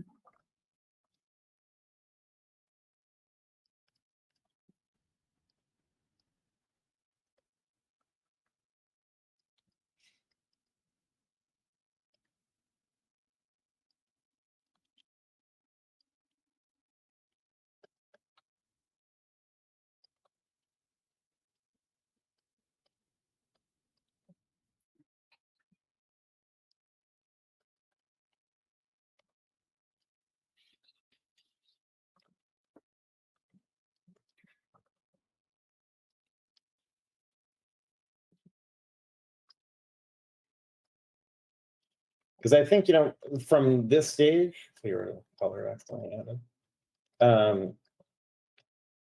If we're not talking really about like rules, well, I was like, well, how would you kind of take this further? Well, we're missing a lot of stuff. We're missing this, we're missing this. So I think without kind of that rule of like, here's the process we're using, you would kind of know what to do next. Yeah. It's just what I want you to see as you're doing that, like kind of the more intuitive thing where you're just trusting yourself, like, well, this has this, so I'm going to add it in.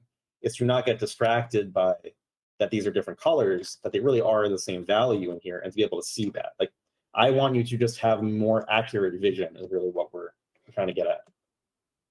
Mm-hmm. So yeah, like trust yourself and that kind of intuitive part of yourself that says like, well, what is this missing? And yeah, take that as far as you can. Mm-hmm. Okay. Then I think we can simplify stuff more and find more of the benefit of this kind of thinking. I just don't see how to simplify after making too complicated. Okay, so if you have something, say, really complicated, say this painting, if I zoom out of this, it just naturally organizes itself. Like, okay, let's compare. Everything in here, like when I look at this, just without painting, I'm just looking, I can see the 4 values: dark, light, middle, dark, middle. Can you see these? So light, dark, our middle, and our darker middle. We don't really need anything else to tell the big picture of this. When we're zoomed out, you can see that you've kind of overstated some stuff, like the difference between this and this. Ideally, when you're looking at something in the real world, you can see that kind of separation between these major 4 groups. And if that's too hard, you can just try 2 at first, or 3. 2 is difficult enough, honestly. The benefit of that is that so that when you're kind of mentally zoomed in, you're not forgetting the big picture of how all these values relate together. So this is really kind of like a seeing thing. To be able to look at something and instead of like looking at small variations, to say, well, here's how they read in terms of the big picture. So if we did this a bit more literally, well, we have this dark value here. I'm going to brighten that up a little bit. So it looks exactly like how I'm seeing it. I'm really relying on my vision here. You got this guy, this, okay, our kind of mid-tone, our middle, all of this. And I can darken it up a little bit to kind of take everything into account. But I got to lighten it up to take all this into account, but it has to be the same. So all of this, I'm going to average out this value right here. This is all that. Okay, the light one wants the sky. There's nothing else that's as bright as this. And the benefit is that so when you're looking, say like here, you're not accidentally going to make this value here brighter than the sky. Yeah. And okay, we've got soft gradients in here, but all this looks like it's part of that, and then everything down here looks like it's part of that darker group. So where does that start? Probably like this, and then everything back here is the same. You get a little bit more of that value for this tree. This is a little bit too bright. Where does this start and stop? So you see, like, this tells like a big truth about this picture. And if we were looking too closely at everything without keeping in mind the big picture, again, we would accidentally use the sky value here. We would overstate how dark some of this stuff is because it looks like it's right up against the sky. But we're trying to find this kind of big, accurate truth to everything. His face here, just kind of disappears. But we get a little bit of this value right in the back.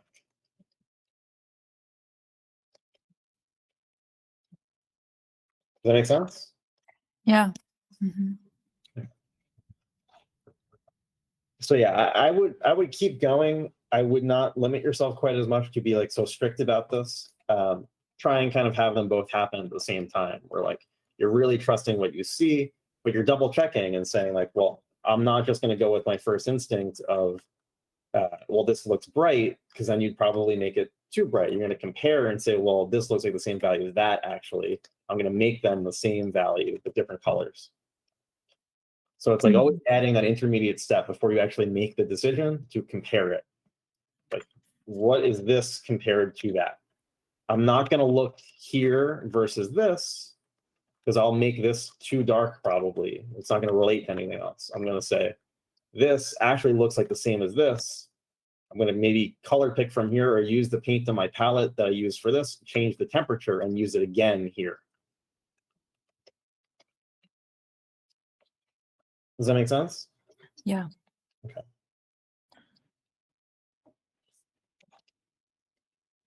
I think going forward, just more mileage, more doing this, I think it's going to start making more sense. Mm-hmm. Okay. Do you have any questions? No, I think that's it. Okay. Thank you, Myra. Thank you.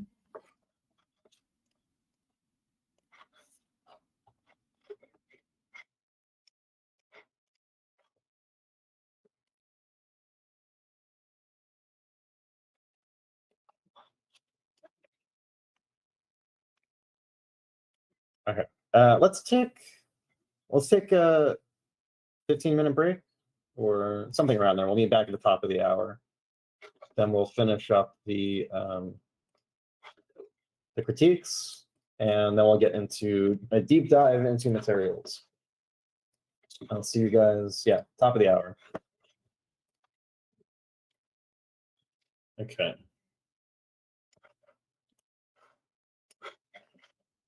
Okay, Russell, you here?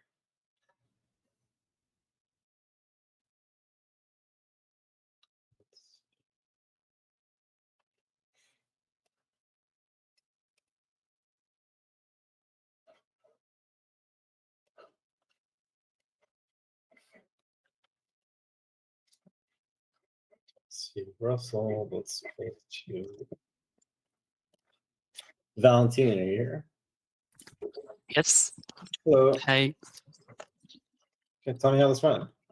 It was really hard, and I didn't have a lot of time to do the imagination one, but I focused on the life, but it was a bit overwhelming.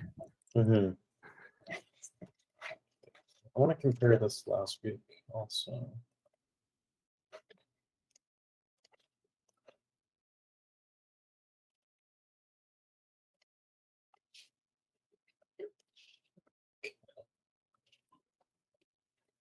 So yeah, really tough subjects. We've got indoor light and outdoor light. I think you made some really nice decisions here. Like, especially in this one, the way that you are saying, okay, these values are like super close together. The windowsill and the roof here, you see, it's totally different in the photo. It's exactly what we're going for. You can see much more information you can really get from life and how limited studying from a photo is. So really cool stuff going on in here. Really nice light with this one. I tried for the last one with I tried to add a multiplier layer on top, but I wasn't really sure because the wall in front of me was really light.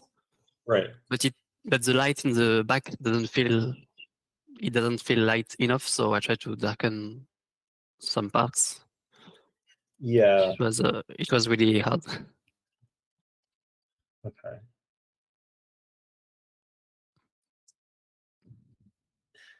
Yeah, it almost feels like both of these are outside in this. I mean, like, it feels like we're entirely outside, like we're on a porch here versus inside looking out. Let me check the photo. Yeah, I think I was lost in the details in the foreground.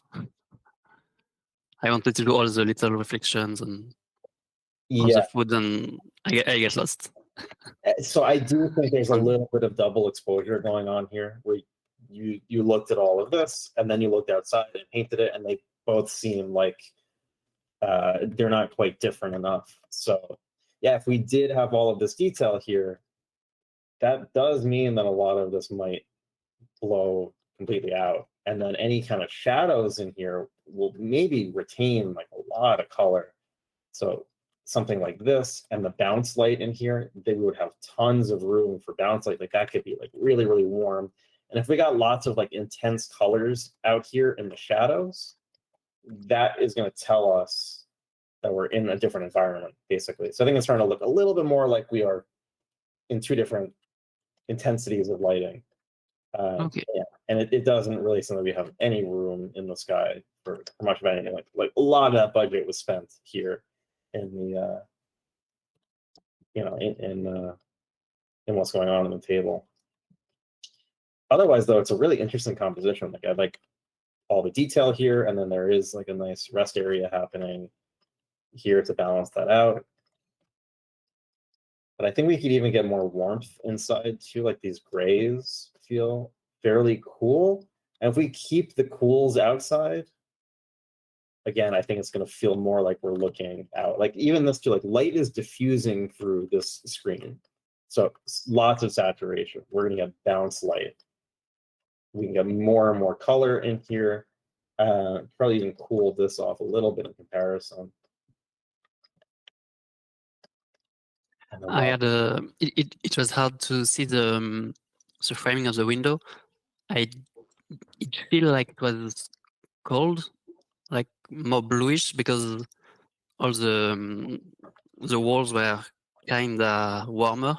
Yeah, But it was hard to see, and I think I knew they were white, so I wanted to do them white, but I had a hard time, so make it more in the shadow, I think. yeah, I think that's the thing of like you were comparing everything inside. So like, yeah, this is cool compared to say the warm stuff going on inside. But I think it's really warm compared to everything going on outside, which is like really blue, like it's under direct skylight, basically. So that's why I'm trying to use these color temperatures to kind of separate things a bit. Okay. Does that make sense? Like, I think that's what was happening. Like, yeah, this is a cool shadow inside the apartment, but compared to outside, it is still far into the warm direction. Yeah, I think I get lost in the detail too quickly and didn't take too much time to compare things. Like, even for the perspective, in a lot of them, the perspective is off. And yeah, like the light's changing. You got a lot to figure out. So this is really just a mileage thing. I think you're doing great though. Something like this, I think just one of the main things I think overall is just the confidence of your shapes. They feel a bit scribbly. And I think that, maybe that makes sense, like for the door like this, but if anywhere else is scribbly, it's not going to make that feel like an intentional decision for the wood. So yeah, any of like, the tiles in here, like I would take the time to just carefully make like one decision with like stuff like this, like make this into a shape. And I think overall this is going to look way more confident. Okay, I think I lost the shape over time because I was changing the color and values, and yeah, I got a bit of a perspective shape, and it's a lot to think about. I tried to, for the first one, the first you look at, I tried to make a quick black and white study at the beginning, but afterward I thought it was easier to go right into the colors because the light was changing so much. Yeah. But I don't know if I should spend more time to do some in black and white or like for values and Well, I do think jump that in colors immediately. I do Like I think did. yeah, that there's some opportunity for some more value stuff. Like, I think that this plane of the door is overstated. Like we talked about 90-degree angles can be the same value sometimes. I think that's what's happening. These are just temperature changes. Like, um, this is seeing the relatively cool room. This is seeing the relatively warm room over here because lots more warm downslight coming from the sunlight. Um, so I think by like overstating this difference, we're getting less of the feeling like a reflection of the sun. So yeah, I think that that's losing some of its power because this is so different in value. And some similar things are happening like with this.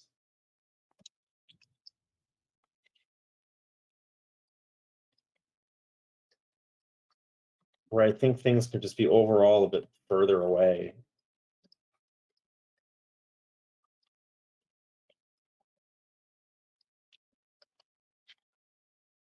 Yeah, I think I took the photo just before the sun hide behind the building. So Yeah. yeah, a lot of relationship I think are kind of wrong, and it's all too bright.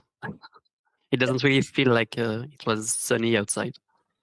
Seeing temperature stuff going on too, like there's not really a temperature difference between the light and the shadow, and we can get this to be very, very blue.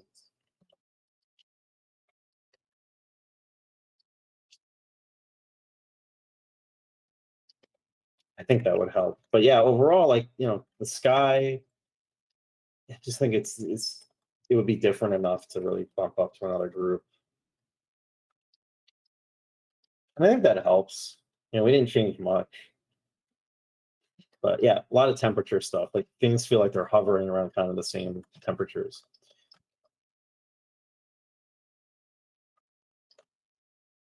Even like the greens of this, like, I think we can really start to use like chroma.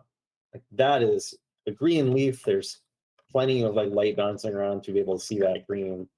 That's why I think things are going to feel like a little bit just grayed out.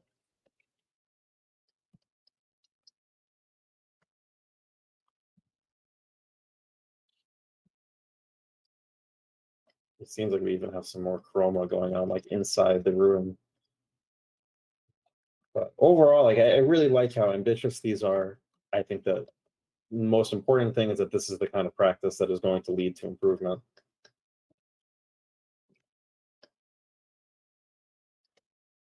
Yeah, I do think we can use temperature more than value changes. Okay.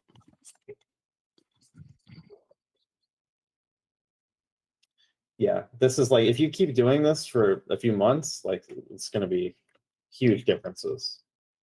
It's really cool to do, so I hope I'll keep the pace. Like here I'm thinking direct light, warm bounce light, cool reflected light, warm reflected light.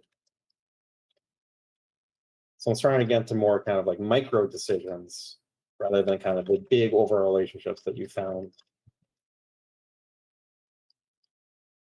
in the averages. And I think I would average out here to be a little bit warmer to contrast against the coolness of the light. I mean the coolness of the shadow here. This also going to be very, very warm.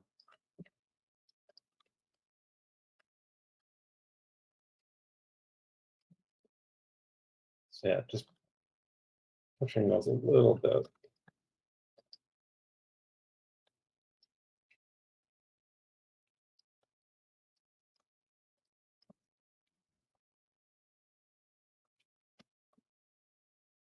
Yeah, like this reflection, that's reflecting in the sky. That's going to be really cool. And much brighter. Yeah, I think most of all, like keep doing what you're doing. Okay, thanks.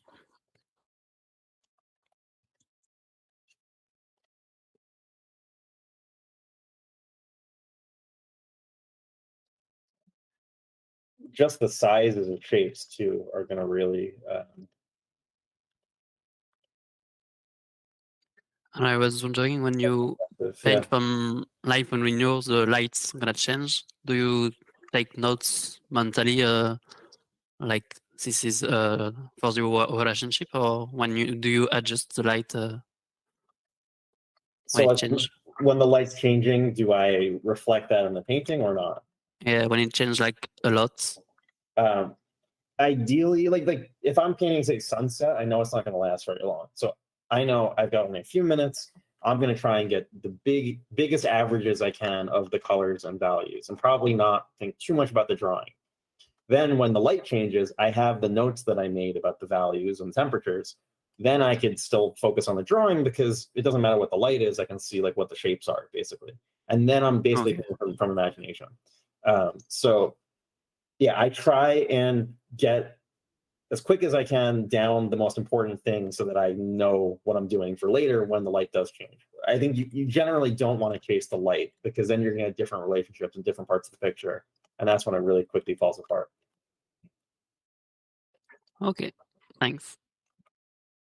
The other thing is, like, I think like scribbly kind of shapes would work for the plant, but if you're doing the same thing again in the clouds, everything is going to kind of be looking like it's been painted the same way.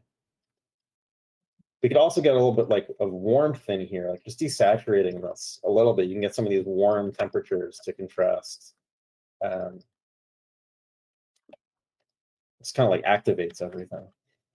Like even in here, maybe we can just desaturate this and get like just a warmer version of that. But yeah, really cool stuff. You're getting so much depth in the picture plane. It's pretty exciting stuff.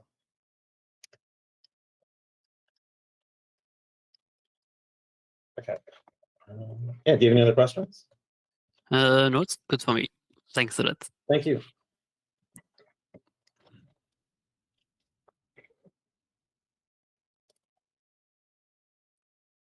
Okay, let's see.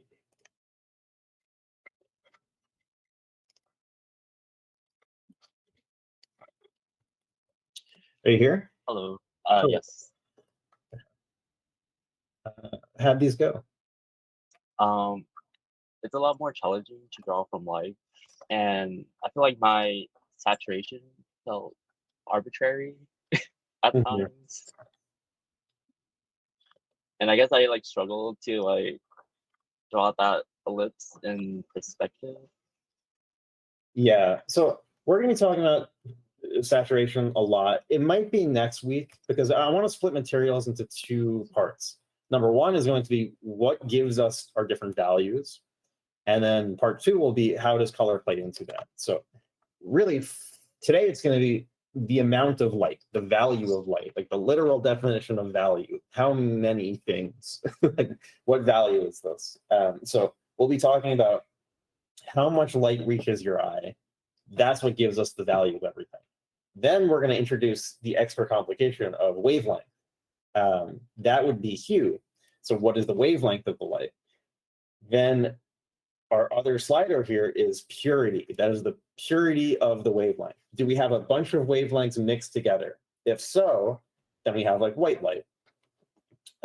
If we start increasing saturation here, we're not increasing the purity of the wavelengths. We're like, we only say, for example, have yellow.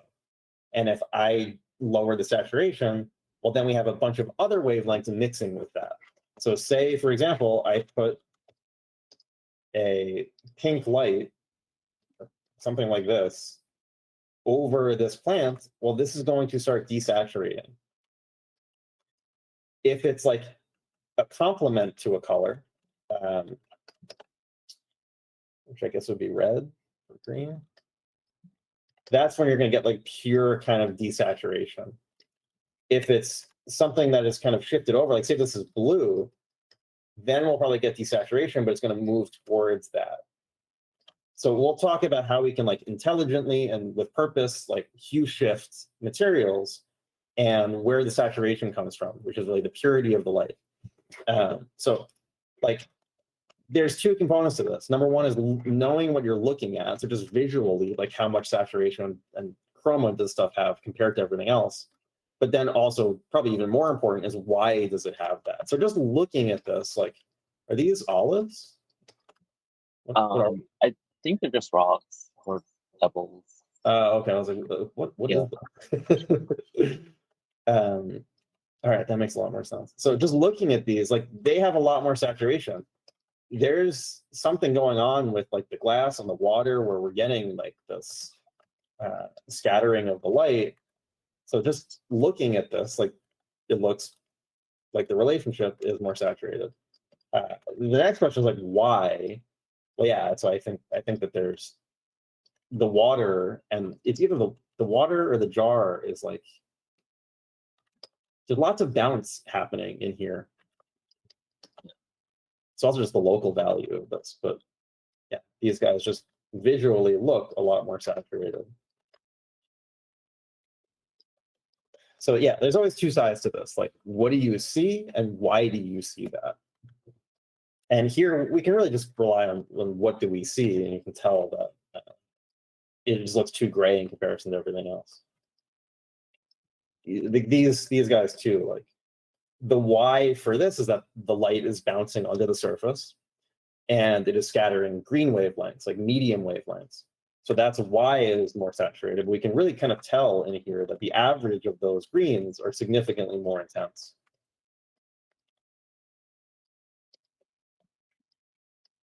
The other thing I would say is I would include your background. I would make an attempt to make this into an entire composition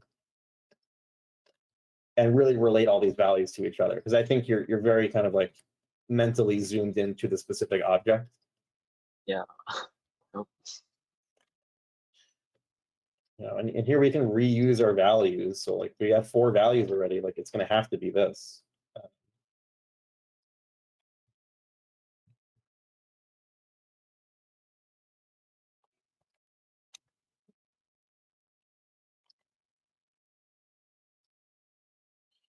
But this is gonna, you know, all this negative space is really important too for judging everything.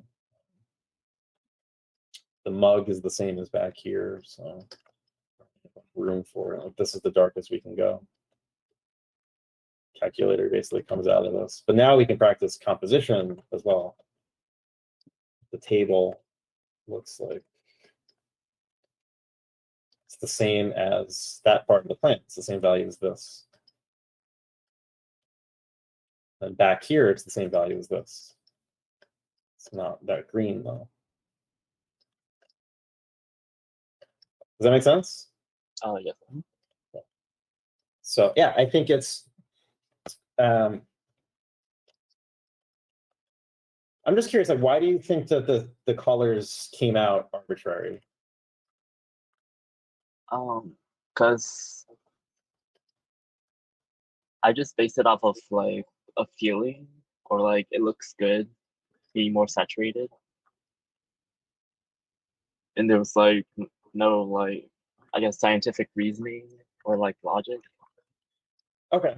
Yeah, so yeah, that's what we're going to go into. But I think just in terms of like visually, kind of the intuitive side of things, the same stuff we've been talking about with value of like looking at the big picture, zooming out physically or mentally, and you can see like these leaves here.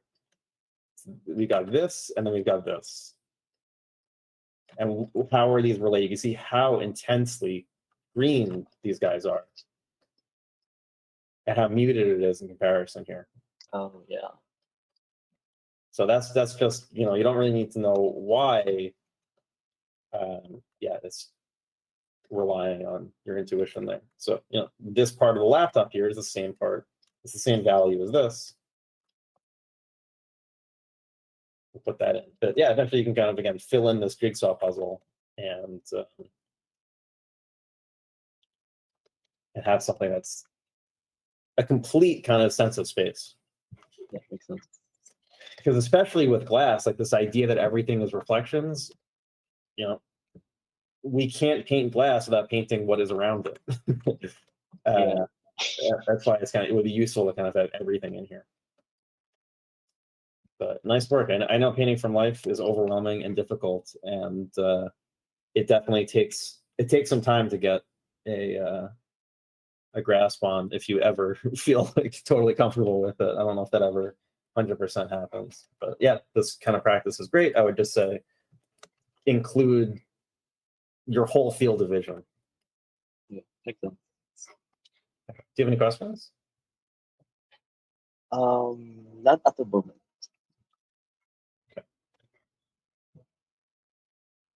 Yeah, I think that's all I have then. Thank you. Thank you. And then we just have Russell. I think Russell, are you here? No. Okay, I'll go over this real quick.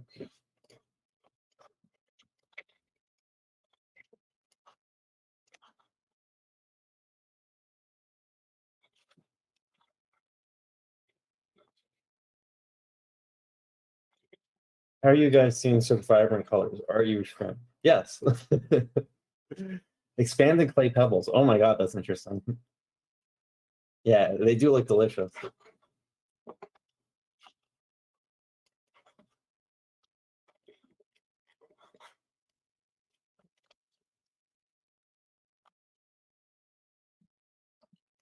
Okay, so my first impression is a similar thing that I've been saying with your work is that there's an overstating of the difference of halftones. Like, I see when I look at this, specular highlights, midtone, and then shadow. Like, I see three. This, like this group here, then all of this, and then where it goes into shadow. So I think that having this be like a major difference at first just feels too much. Maybe when we get down to the legs here, it starts to get a little bit more like a darker halftone, but I think you're losing the breadth of these shapes. And the same thing is happening in this, and the final one of like, light is going to retain its power over these diffuse materials way more consistently. Just like, look at that, like just getting rid of some of that contrast. Then we can come back in with the highlight and describe some of that form of like, where are their corners? Well, it's corner here. I think you did that pretty well. There's another form starting here.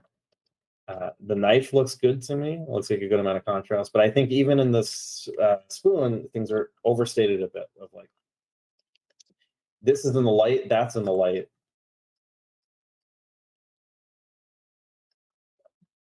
You want these materials to like keep the power of the light a little bit more. Same with the apple. So I think this is something that's consistently happening in your work from imagination and from life, is overstating these halftones.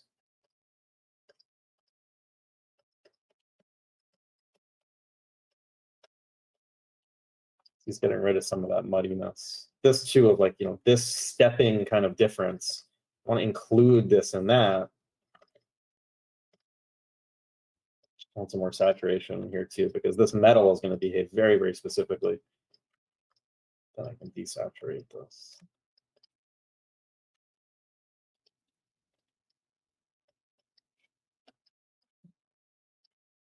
We have a variety of temperatures in here based on the metal. But yeah, I mean, like this kind of difference, like that's what's being overstated. This is really keeping a lot more of its power.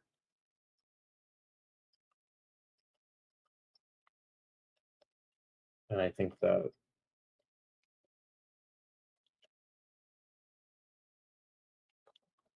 Pikachu looks like it's going a little too bright. Is that Pikachu? Pichu? Is that even a Pokemon? I don't know anymore.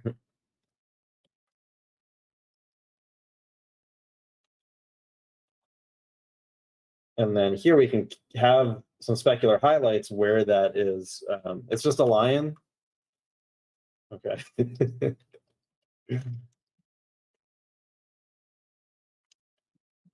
So where there are concavities, specular highlight. Convexities, specular highlight. So peak convexity, peak concavity, those are going to equally get highlights.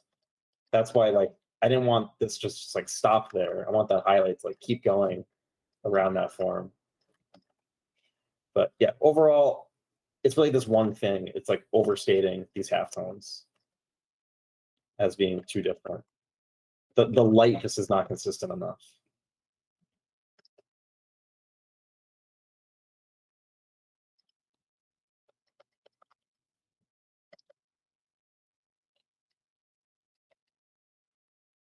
I think that the highlights on this metal, we want to be brighter than everything.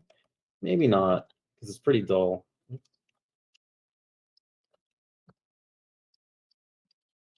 But I think saturation wise, we can get some of that.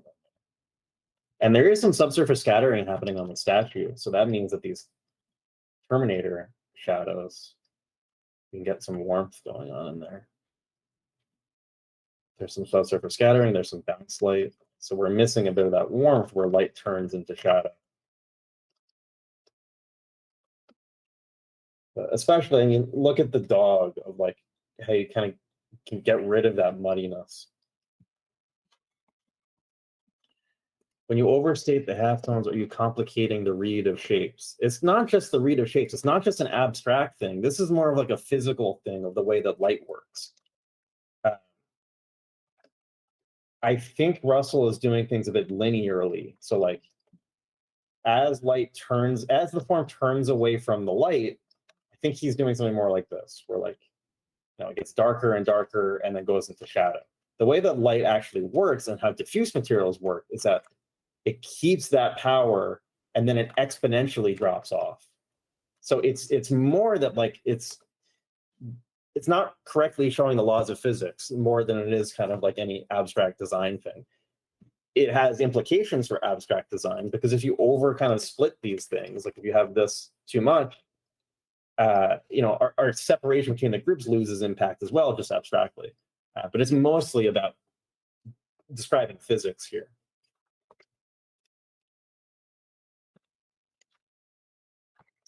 Okay, so let me save this out.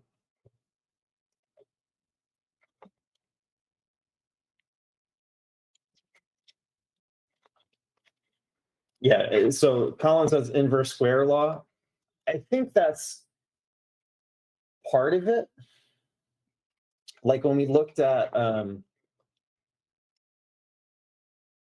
yeah, this link is really good. It describes it perfectly. When I was talking about Myra's homework, like this is inverse square law of like how fast does the energy from a light fall off? I don't think this is exactly the same thing because this is about light going beneath the surface of the material, bouncing around, and how the energy is spread out under the surface. I'm not sure if it's the exact same law that applies here, but similar kind of thing. It's like, you know, we're really kind of losing the integrity of these shapes and we're losing the integrity of the material because the light just does not change that much across the surface. But yeah, this link here goes over it in detail. Like it's this. Yeah, this is more what it is. Lambert's cosine emission law, more than the inverse square law. Inverse square law is more black body radiation, and this is how light diffuses onto the surface of the material. Okay, we're gonna go into a lot more detail on this stuff. So let's take another let's take 10 minutes. We'll meet back here, and then because we're really gonna switch gears. Then we'll get started with materials. So yeah, see you guys in 10 minutes.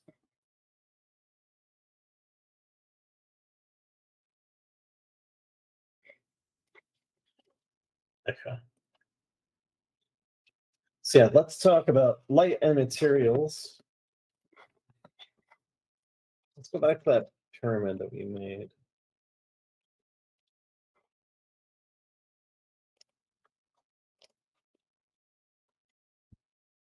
Okay, so when we talk about light, and anytime we ask the reason why, looking over the homework, we asked this question why a few times.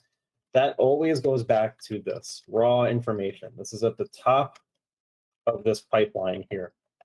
So We start with, say, light, the raw physics and optics of how things work, of how light enters our eye. That gives us abstract relationships of contrast. We take that raw information, that raw contrast that comes from light, perspective, what the optics of light coming into our eye, hitting our retina. We can then compress those relationships into groups using thresholds, and then we're designing using ratios to communicate an idea. This is that whole kind of like, we start at the top of the slide and go all the way down, and the whole point of this is to communicate some kind of idea. So we've been talking a lot about compression and design, but when we talk about science, maybe not 100% accurate science, it's more that we have a mental model of how the raw information works so we can stay consistent. The idea is so we can set rules for ourselves and be consistent with those rules. The rules could be wrong, but we need to be consistent with them. Here's an example of like a compromise. So the way that Blender works, for example, we're going to be talking a lot about 3D because 3D has already done a lot of this work for us in creating a mental model that we can use, because if we calculated every single bounce of light, every single photon that comes out of a light source, every single photon comes out of the sun and then bounces around and reaches our eye, that would be very computationally heavy, both for a computer and for a human being. We can't do that when we look at something and calculate every single bounce of every single photon. So that's why our goal is the same as, say, a programmer working on a rendering engine, because the goal is to have this be simple enough for a computer to do in a reasonable amount of time, and we can use their research basically as a springboard to inform our own mental models of how these things work, so that when we're actually looking at something, it's not just an optical image on our retina. We know what's happening. This is where the conceptual starts to come in. It's not just purely optical. We have ideas about things. Because remember how the conceptual plays into what you even see? If you don't understand how light works and what's happening, you're going to be seeing things incorrectly, basically. Based on the models of how you understand light to work is going to affect what you see. That's why you can't just objectively copy things like a printer, because we are not objective creatures. Okay, so one example of how the model of a computer is wrong, but is fine for our purposes, and we talked about things being simple but characteristic. We talk about compression. That's really what we're doing. We're taking the scientific side of light and optics, we're compressing it in a simple way, but one that's also characteristic. So we're throwing out information. We're not just reading a science textbook here. We're using the relevant information for painting. And that's not going to be everything. And some things might be a little bit different. Here's an example of where things might be different. So we need two things in order to see anything. We need light, which is really energy. So a lot of energy comes from the sun. It's radiation, electromagnetic radiation. And we can look at this, but it is, here's kind of the energy of the universe, where we can think of it as waves. We talked about photons too, but something like the difference between the duality of light being photons and waves, that is beyond the scope of painting. You can look into that if you want, but where it's useful to think of it as a photon, we can think of it as a photon. Where it's useful to think of it like a wave, we can think of it like a wave. So generally, big picture stuff like color, we definitely want to think about waves. But sometimes, as I'll show, I'll use some examples where it's more like little balls of light, where it's easier to think that way. So there is a background radiation of the universe, and the faster that radiation gets, generally the more damaging it is to us. Like very long radio waves, they can go through mountains. That's why it's good for long-term communication or long-distance communication, because it'll go through things. Gamma rays will too, and it'll actually damage the thing it's going through. But there's this narrow band in here that we can see. Remember, if we were a mantis shrimp, we could see probably way more here and way more into here. But most of us aren't mantis shrimp, so we only see this. But there's nothing any different about visible light versus X-rays, gamma rays, microwaves, radio. Our eyes don't see them. The way that our eyes work is that we have cells that interpret both the wavelength of the light and the amount of the light. We'll get into more detail about that when we talk about color. But generally, the idea is that we need radiation emitting from some kind of source, and we also need an observer. So if we have radiation, but there's no humans around to see it, it's kind of a philosophical question, we're not going to have any visible light. If we had a human being in a box and there was some light around, but it couldn't get to us, we still don't see anything. So we need to have light, we need to have somebody to observe it, an eye or a camera, and it needs to actually reach our eye. Generally, that is going to happen after it bounces off of something. Because if it were happening like this, you'd have to be in space, really. Most of the time, even if we're, say, on the surface of the Earth, like, there's an atmosphere, there's a bunch of particles in the atmosphere, and again, we'll talk more about these particles when we get into specifically more about color. But this light, it's going to bounce off of these particles before it ever reaches our eye. So unless we were an astronaut floating in space, light is the study of reflections. Everything is reflections. How does this energy bounce off of things and eventually get to our eye? So now we can talk about this first kind of compromise, where without this compromise, things would be a little bit too complicated. And this is really more for computer graphics, but I think it's worth talking about the idea of this, that things don't need to be perfect. You don't need to be 100% scientifically literate about what's going on. You just need to have a mental model. And what I want to do here is have a slightly different model than what most people think of for light. Definitely not what I used to think, where there are some very common misconceptions about how this works. So I want to introduce a pretty simple model that is both simple, but also fairly characteristic and doesn't leave out too many things or distort things too much. One of the major distortions in, say, a computer program, and every computer program that does ray tracing or path tracing, let's talk about that first. So path tracing is when you are literally tracing the path of the light. So where does that light bounce and where does it wind up? Computer games haven't done this until very recently. It's like the hardware got powerful enough to do this. So basically that was, it's too many things bouncing to be able to calculate. So there's a bunch of tricks that were used. It's called rasterization. It's still useful to learn about that stuff, but it's not really in the spirit of how light actually works, because that's actually a bunch of like separate things. Like reflections of metal work differently than reflections of other things. Everything is just light. And path tracing is just a very simple concept of, in order to show anything, you just trace the path of the light.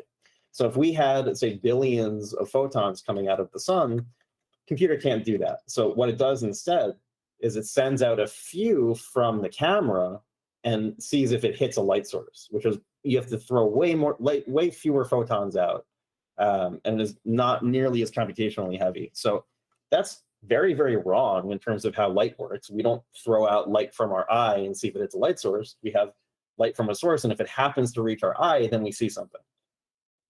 So this is an idea of that being very, very wrong. It really doesn't matter because the results are characteristic enough.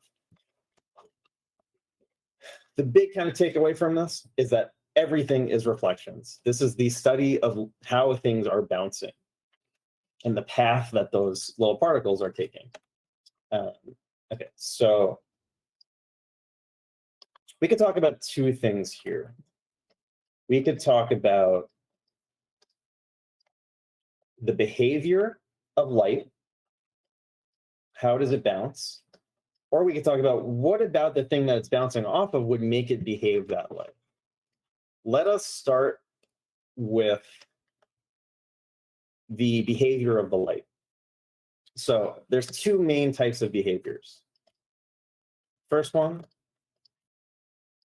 it's a little bigger. First one is going to be specular reflection.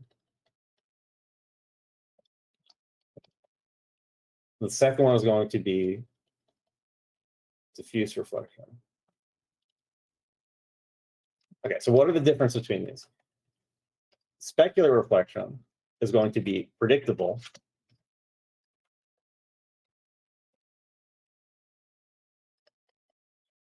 predictable. Diffuse reflection is going to have some degree of randomness.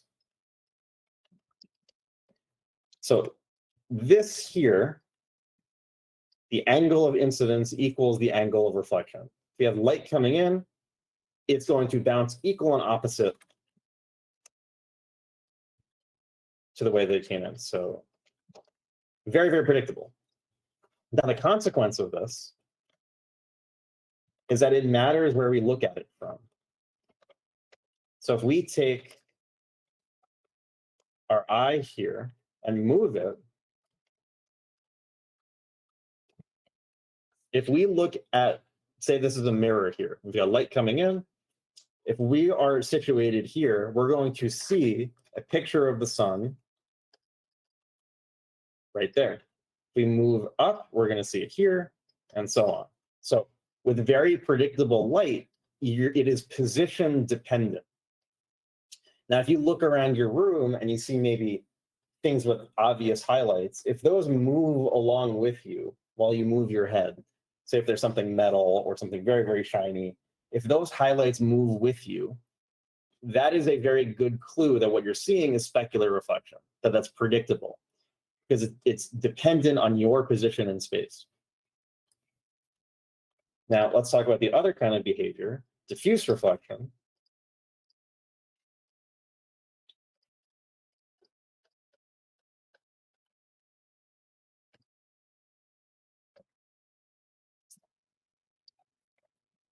Diffuse is going to be when it comes in, and it might bounce this way, might bounce this way.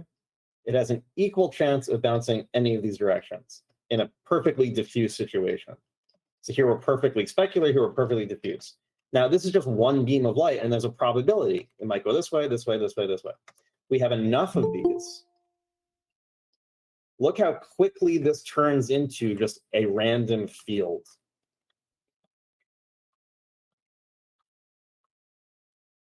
Now, if we are looking at this, it doesn't matter where we look at it from, we're seeing the same probability. We can show this, just something like this. It really does not matter where we're viewing this from. So the specular reflection is predictable, diffuse reflection is going to be random. Now, let's look. Now, if you look at an object and say there's a light and a shadow pattern, there's a light side, there's a shadow side, it doesn't matter where you look at it from. Let's show an example. Like say we have a pool ball here. We've got a light source, so it's sitting on a pool table.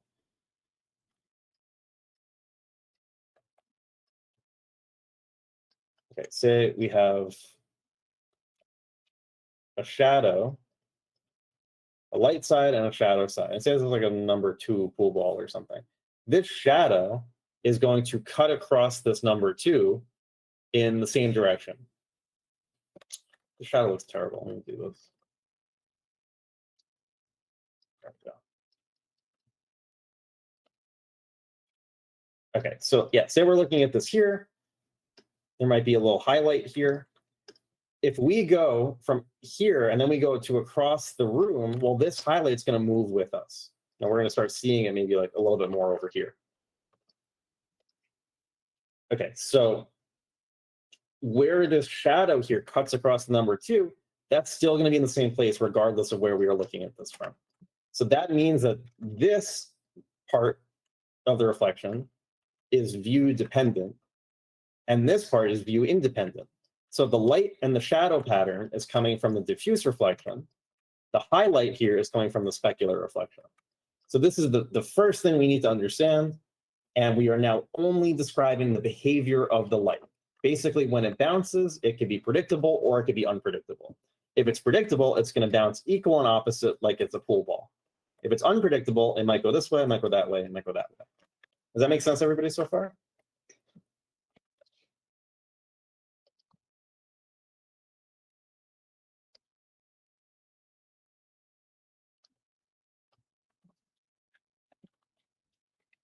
Okay, good.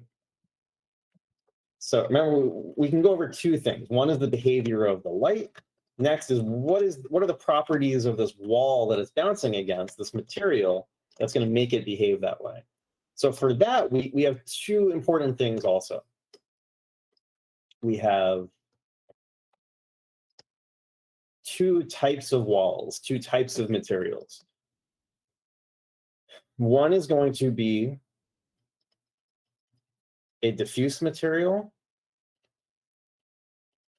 And we're going to reuse this word diffuse, but it means something different here than it does here. The other kind is a metal material. Okay, so what are the difference between these two?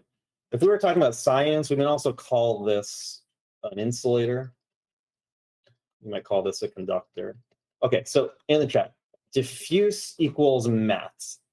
No, this is the main misconception that I think I used to have, and a lot of people have, about that materials are just matte versus shiny. We're going to have something that's a little bit more complicated, but significantly more characteristic of the way that things work, so you can really understand what's happening. So diffuse versus matte is going to come in a little bit, or sorry, shiny versus matte is going to come in a little bit later, but I think for now, just put the word matte versus shiny out of your head. Like, yeah, this is, Maria says, a PBR workflow. This is exactly PBR.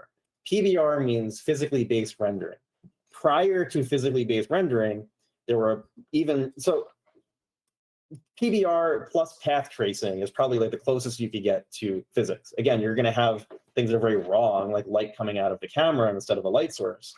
But PBR describes how the materials are going to react to the light. Path tracing and ray tracing describe how the computer is actually figuring out how that light is bouncing around off of those materials.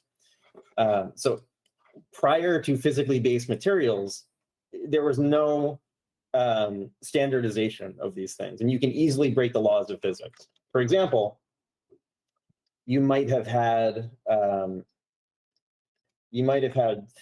3 beams of light come in to this wall and 4 beams of light bounce to your eye. That would break the laws of physics.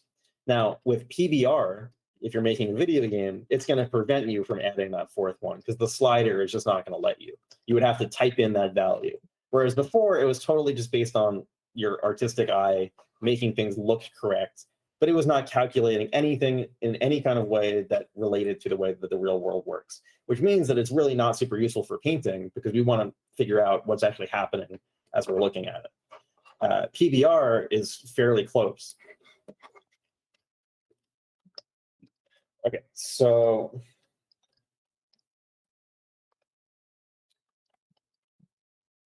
far, we have been looking only at metal materials. This example and this example, this one's specular, it's predictable. This one's diffuse, it's unpredictable. This wall here is still a metal, regardless of if it's predictable or not.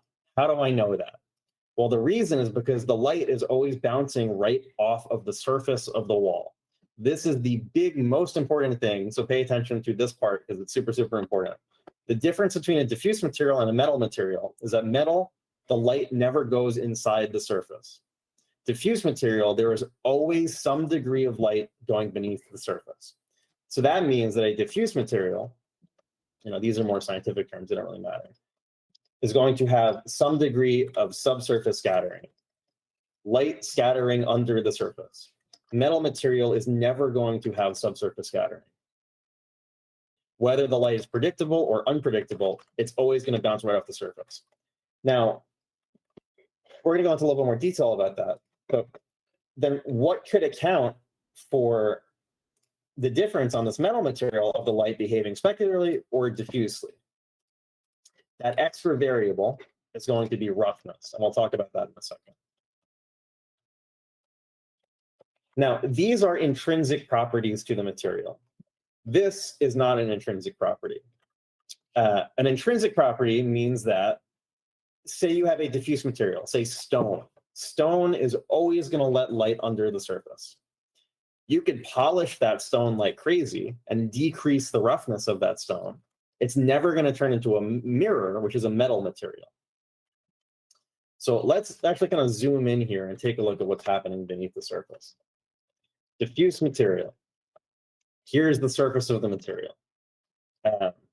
We've got light And now it's going to interact with the surface. What is going to happen to this material? It's going to actually go through it. Under the surface of this material, you could picture like little chambers. Picture like freshly baked bread or like the inside of a sponge or something. We have these little walls. Now, this light on a micro level is going to predictably bounce along all of these walls. But very, very quickly, it becomes impossible to compute. It just gets so heavy. This is not just one beam of light, but a lot of them are going to come in, bounce around. And for all intents and purposes, it becomes random under the surface. So it's going to bounce around like crazy. Who knows what angle it's going to come out at? It might come out at this angle. It might come out at this angle. And we're going to get that random field of probability, which means that the reason why we get light and shadow patterns, why we get view independent lighting on these materials is because the light is bouncing beneath the surface and then coming back out. Every material that is not metal has some degree of subsurface scattering. Does that make sense so far?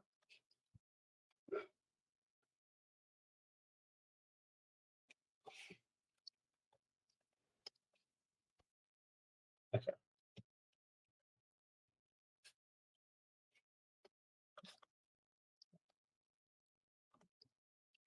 Wax, jade, skin are my favorite examples of very strong scatter. Yes, so say wood and stone, those are still diffuse materials, but wax, jade, skin, it's doing the same thing, but the light is probably going deeper and it's bouncing around a lot more. Whereas say maybe stone would bounce just right onto the surface and then come back out. Now we're going to talk about subsurface scattering, that term, because again, here's something that can mean two different things. Subsurface scattering, as I'm using it here, means light goes beneath the surface. Light penetrates the surface and bounces beneath it. Subsurface scattering in terms of computer graphics means an algorithm. It means that when this becomes too complicated to compute, say the light goes too deep, it bounces too much, we need a separate kind of boost for this. That's what they call subsurface scattering. So we're going to open up Blender and look at all these variables. And it'll make more sense when you kind of look at the actual boost for that. But generally, when I talk about subsurface scattering, I'm talking about does light go beneath the surface and not the algorithm that a computer would use to kind of make something look like wax. Because for us, wax, wood, stone, they're all the same thing. Wax just has more scattering. There's not anything different going on there. Okay. Roughness. Okay, does anybody have any questions about what we talked about so far?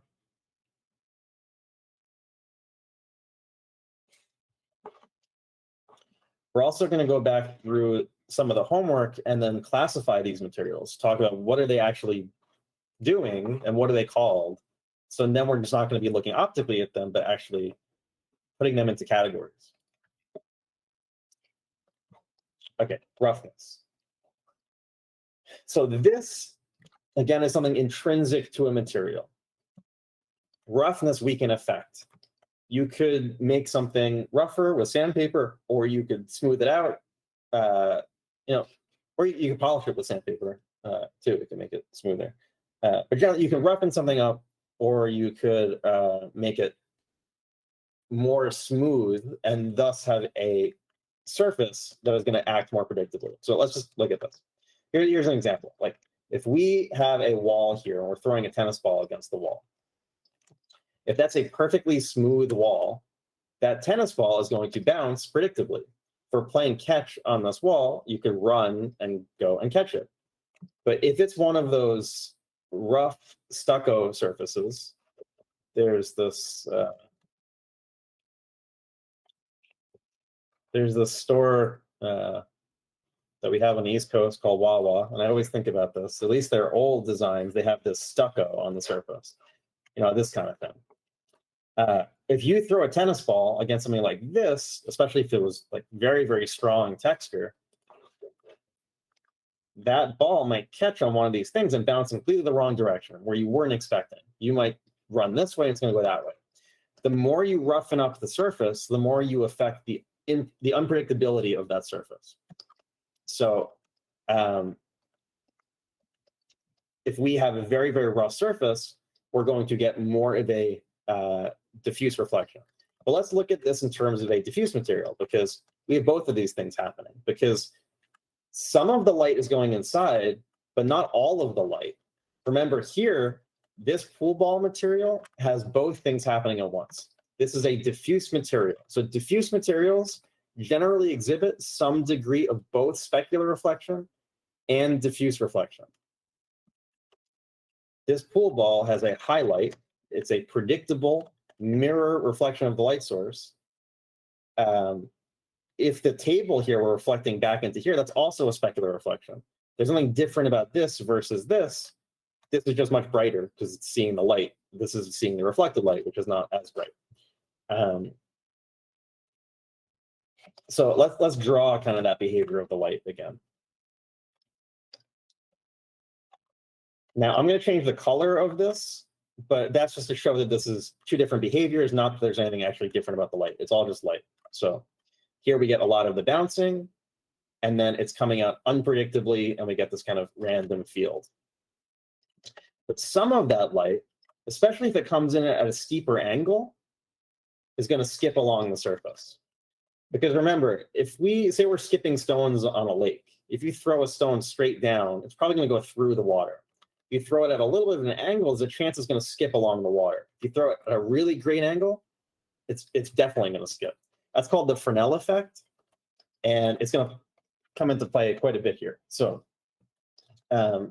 some of this light, the same light, say coming from the sun, is going to go beneath the surface. Some of that light is going to skip along the surface. Now, if we roughen up that surface, well, we already have all this randomness from beneath, but this is going to maybe subtly affect the trajectory of that light. And if we roughen it up a lot, it's going to affect it quite a bit. So what that would do is affect the specular reflection. If we roughen up the surface of the pool ball, we're going to spread out this energy over a greater surface.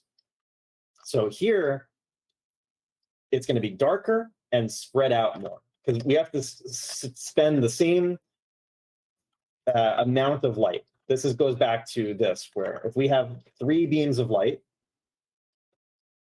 we want to be getting 3 or less back. And if I take this previously very bright reflection and just keep it bright but spread it out even more, well, we're adding more light. That's wrong. So we have to darken this down in order to increase the roughness of this and spread it out. We're taking our same budget of $20 and spending it on more stuff instead of spending all of it on one thing. Does that make sense so far?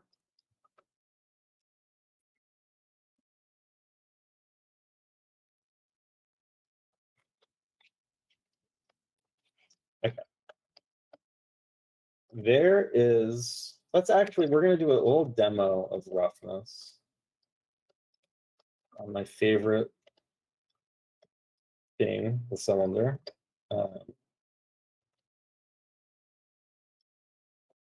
we're going to open up Blender.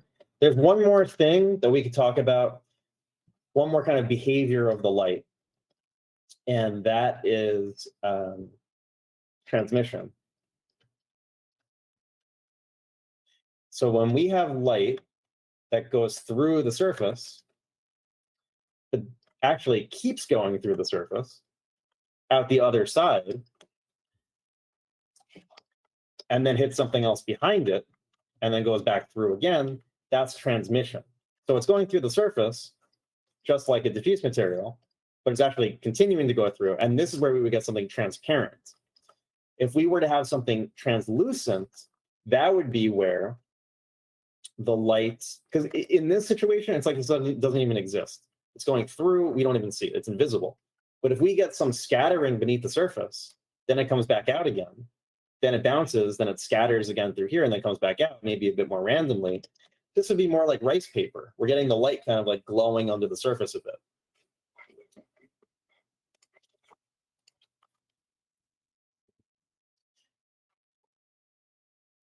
So something like this, you can see it looks like it's glowing a bit because that light is bouncing inside the surface, and we see what's behind it because there's transmission. Now, so jumping ahead a little bit, but rice paper is going to reflect or scatter every wavelength equally. But if this were, say, a leaf, say this is a very thin leaf, it would do the same exact thing, but it would only scatter those green wavelengths. That's what we're going to talk about more in detail next week. Now, if that light happens to bend a little bit too, like let's say it comes in and then it bends and then it bounces and then it bends again as it goes to the surface, that's called refraction. And the amount that it does that is called the index of refraction. My handwriting sucks. So index of refraction is, again, an intrinsic property of the material. There's actually tables you can look up that shows the index of refraction for each material. This is something you really don't need to know for painting, but it's useful to know that each material does have a specific index of refraction of how it bends the light. Yeah, so the classic example here is a cup of water. You put a straw in it, it's going to bend, how that straw is going through the water. Maria asks, what about anisotropy, cat material? Yeah, so anisotropy, cat's hair, lots of other stuff too. We're going to talk about anisotropy, maybe, why don't we just do that right now? So anisotropy is about the actual physical structure of the material, the structure of the surface, just like roughness is. Anisotropy is, let's talk about isotropy, I think is the opposite of that. So isotropy would be, let's say light's coming in and it bounces equal and opposite straight towards us, straight towards the camera. Anisotropy would be if instead of that happening once, let's say we wrapped a bunch of little tubes around this, and each of these tubes, we're stretching the reflection, we got something more like this, that's anisotropy. So in order to show hair, we don't want to show hair like a lump of clay. We want to show each individual strand reflecting like a mirror and adding up to something bigger. So here's another way to show that. Anisotropy, like let's say we had, picture this like a corrugated roof. Like we get these little repeating hot dog shapes. Well, if we have light reflecting, it's going to reflect at the top of each of these. And when you zoom out of that whole thing, you're going to get a very, very different effect. So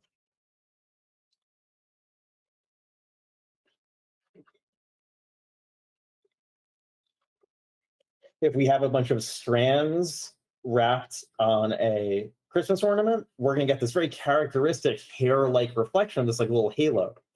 The bottom of cooking pans is going to be those little ridges that are individually reflecting, and we get this cross shape. So anisotropy is very important because if you render hair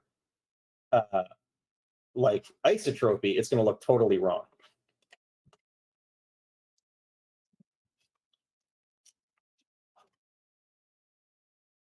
Anisotropic reflection.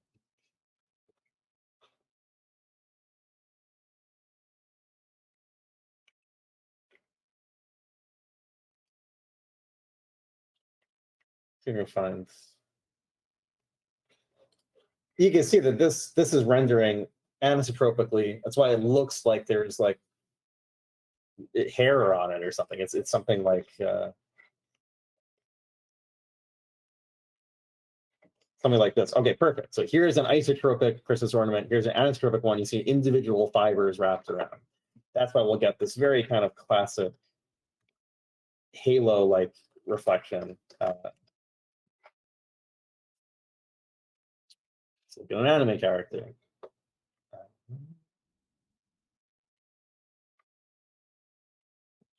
Nobody has shiny hair. Oh, wait, here we go. This is an anisotropic reflection. And you'll see that everywhere. Every kind of painting, because that's how hair reflects them. Now, there's other kind of structural things that affect reflections, like bird feathers. Or if you really kind of want to get into the weeds on this, there's things called retroreflectors. There's some cool YouTube videos on this. They're actually like these little honeycomb shapes, and it's like these little rooms that the light bounces on, and it makes stuff look like it's glow in the dark. This video Have is you ever really thought awesome about if you want to learn more about that. So lines are near feathers on birds also do really weird stuff, but that's all structural stuff. It's all just the surface of the material.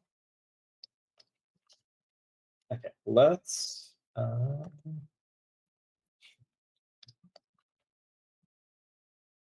talk about roughness. Let's do this little demo of a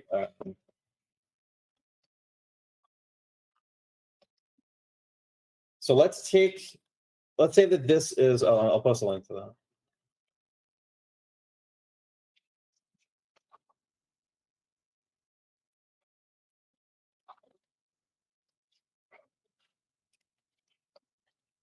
Okay, so let's say we have very, very low roughness, and we're going to increase the roughness. And let's say we're in a room. So now in order to paint anything, we need to know what is the 3D form of the object and what is the environment that it's inside of. So what is the actual plane facing and what is it going to reflect? This is why everything is kind of default as a mirror. Because if we have a flat plane here, what's going to reflect what it's seeing? We can think of everything by default as like a mirror metal material with a perfect specular reflection, and we can just adjust it from there. We can add roughness, we can add subsurface scattering, but our simplest, most default material would be something like that. So we're going to look in Blender at HDRIs, which is the sphere here, and the material here. There's going to be an object tab to where we can affect this, how this is going to reflect this, how much subsurface scattering, how much roughness, and the HDRIs enables our sphere, our environment that it's reflecting. But let's do a quick little thing about roughness. So we got 2 lights on each side of the room, and it's a fairly dark room overall. So we'll have, here's our lowest roughness. We'll have a very, very sharp reflection here, like sharp reflection, maybe along this a little bit. But the rest of the room that's reflecting is fairly dark. And I'm just drawing that room. And maybe the top of this is reflecting dark part of the room. Maybe there's a little bit of reflection inside, but not much. Okay. Now let's increase the roughness of this metal. There's a little bit of brightness on here. And here's a little bit of Fresnel. As that angle gets a little bit steeper, we're going to see more and more. Okay, let's increase the roughness, which means that we're going to take the light, we're going to darken it, and spread it out even more by blurring it. And we're going to take the dark part and average it out, bring it towards the center.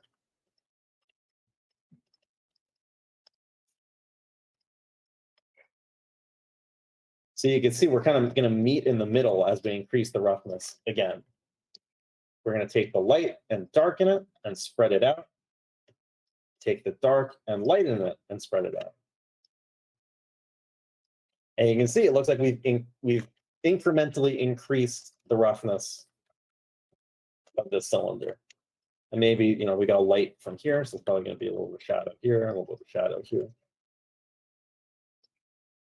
Now this is talking about the conservation of energy, that we are not spreading that light out more and keeping it really bright. We have to darken it. So that's how we can actually practically increase the roughness of something. Now, all of that stuff we talked about in terms of compression, 4 value groups, it still applies here because I'm spending our entire budget on this one thing. But if we took this little sphere cylinder thing here and put it on a beach, and we have to show the sun, we have to show a bunch of people around, well, then we might want to actually compress some of this stuff together and find averages of this stuff to see how it fits in a bigger picture of things. But that's how all this relates to the budget. Here I'm spending our entire budget on this one little diagram, basically. Now, there is a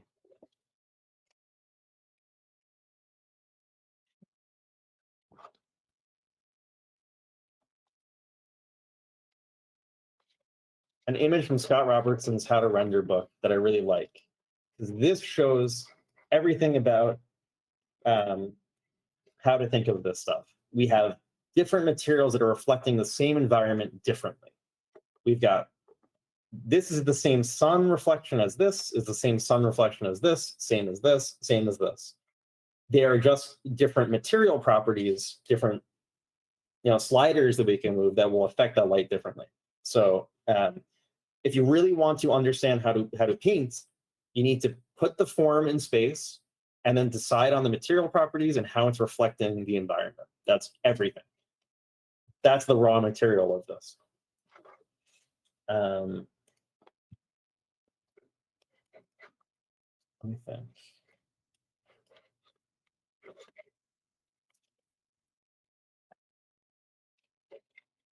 Have any of you seen stuff like this? You hear like, oh, to study light and materials, we'll do material cubes. Does anyone want to hop on the mic and take a guess as to why I think that this is useless? I'm gonna guess it's because it does not include an environment. 100%. Each of these is individually considered. This ice one has like a candle here, and there's a table. Well, every other environment is totally different, which means you are not studying how different materials react to the same light. If you really want to understand materials, you'd put all of these on one table and paint it in a log cabin, and paint it outside in the snow, and paint it on a sunny day. All of them in the same environment in the same picture. That's materials. So that's what we're going to look at in Blender, basically. Okay. So that's why thinking of things like this is way more useful, because we can change the whole environment and these materials are going to react accordingly. Does anybody have any questions so far? So far, we are only talking about the amount of light that reaches our eye. Next week, we're going to go more into detail on colors and the purity of those colors, the wavelength of the light. But right now, it's how many photons? How many of these? We're not worrying about, we got 3. We're getting back 3 or less. Next week we're gonna zoom into this light even more and figure, well, what is the actual wavelength going on in there? Okay. Let's open Blender, but first let's look at your still lives.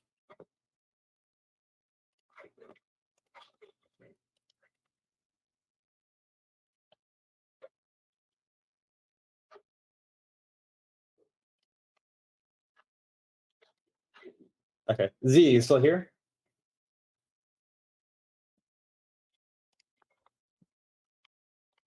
No. Okay, anybody want to pretend to be Z? Come on the mic. Maybe maybe a spectator or somebody who wasn't here, because we're gonna go through these. Let's see. I hear a gasp of lots of art classes after those take. Yes. Ava, do you have your mic? Do you want to try?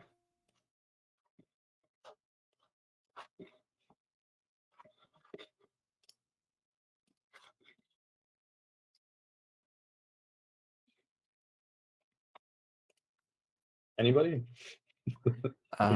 So could you please repeat the question? Yeah, so I didn't ask a question yet. I just asked for a volunteer. I want to look at these materials here. Yeah. What is this leaf right here? What kind of material is this? We have 2 options here. Diffuse and metal, right? So this one's probably pretty easy. What is the leaf? Well, leaf is a diffuse material. Yes. How much roughness does that leaf have?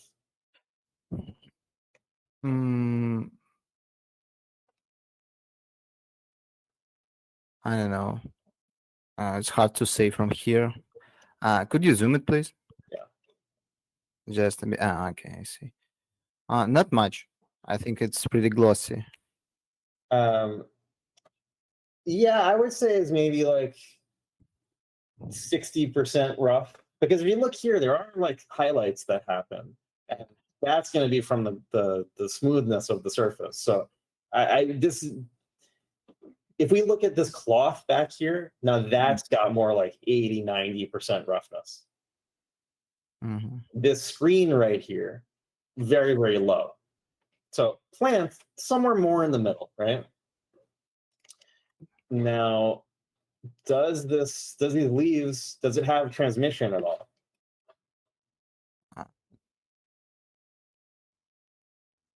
Well, I guess so. Yeah, it does. It does have some transmission. We can't really tell here, but we throw a backlight on a leaf. You're going to see things behind it. This is like that rice paper example, but we're introducing wavelength here as an additional thing to get the color. But same thing, the light's actually coming through. It's scattering it quite a bit, so we don't see it like glass. That's very different. So the glass here, that's, I think, still a diffuse material, but it has 100% transmission. What about the roughness of this glass? And this one? High roughness, low roughness? Low roughness, absolutely. Yeah, very, very low roughness. High roughness glass would be more like frosted glass. Now, glass could either have roughness at the surface or roughness inside too. Probably not really worth thinking about that, but it's an option when we look in Blender. Okay, what about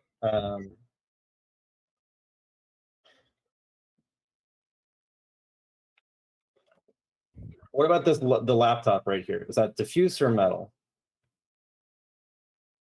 I think it's a diffuse one. This gray part of it. So I think that is actually metal. Yeah, but it looks like plastic, like matte plastic. So I think, I think that these laptops still actually use metal, but they're very rough metal. So it's going to, the light as it comes into it is going to be totally random as it bounces back. So we're going to get a fairly diffuse reflection, but it's not because light is going inside. It's not like this cloth. It's not like the leaf. It's not like this plastic over here. That's because of subsurface scattering. This is only because of the roughness of the surface. I have a question here. For example, if we forgot this word, what is the difference between that?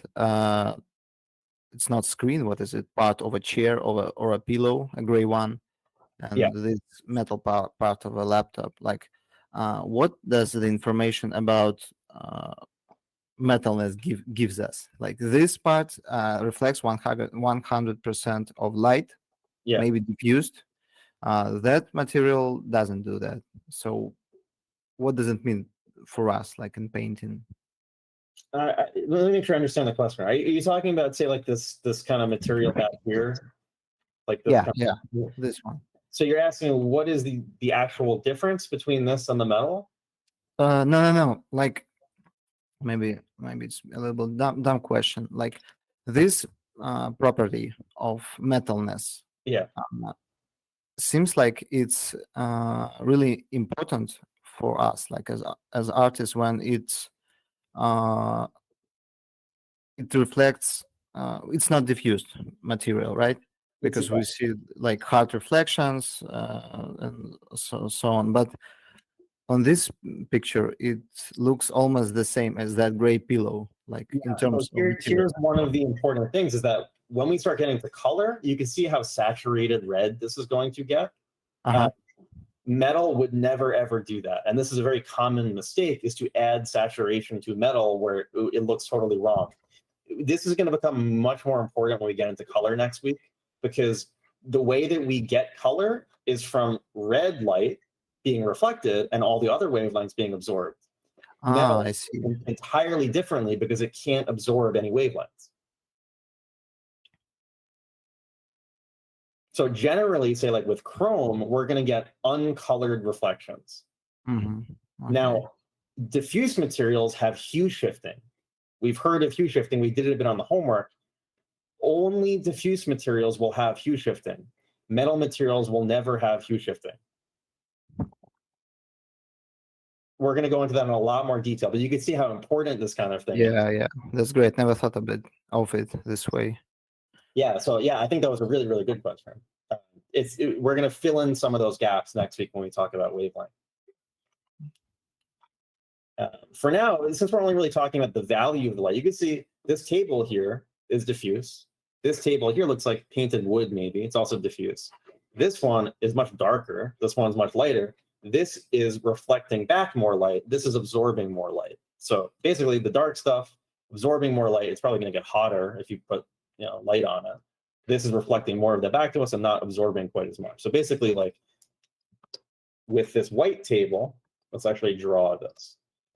Light is going beneath the surface, bouncing around, and a lot of that light is coming back out. Some of that light is skipping along the surface too, and we're getting the specular reflectance. Now, the dark table, less of that light is coming out. It's actually absorbing a lot of that light. So that's where we get that, how much light is reaching our eye.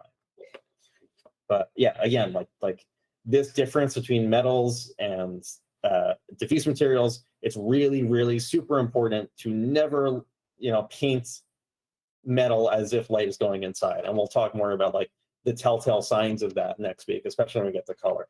But it applies to value too, because as more light bounces inside, you can see that this red stays pretty constant in value. We're not getting any like deep shadows. That's because it's diffusing the light inside and it looks kind of waxy. And when you have it's really the difference between, to make this look more waxy, like we wouldn't get things quite so bright or dark, really.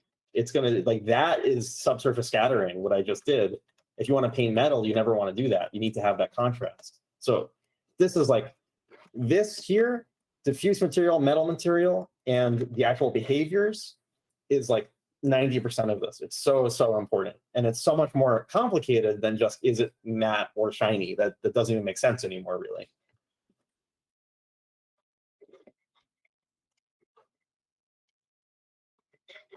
Let's do one more of these. Who did still lives? Oh, Naima, I think I skipped you. Are you here? I think she's not here today. Oh, okay. Okay, yeah, let's look at this as an example. Yeah, lots of cool materials here. Okay, so first critique. Yeah, I think you're spending your values a bit. We've got light and then dark halftone. The dark halftone, I think I would just keep this light and spend that somewhere else. Like for example, this really shiny metal here. You can keep this all fairly dark, and then this could be an extra value to make this look like a completely different material than this.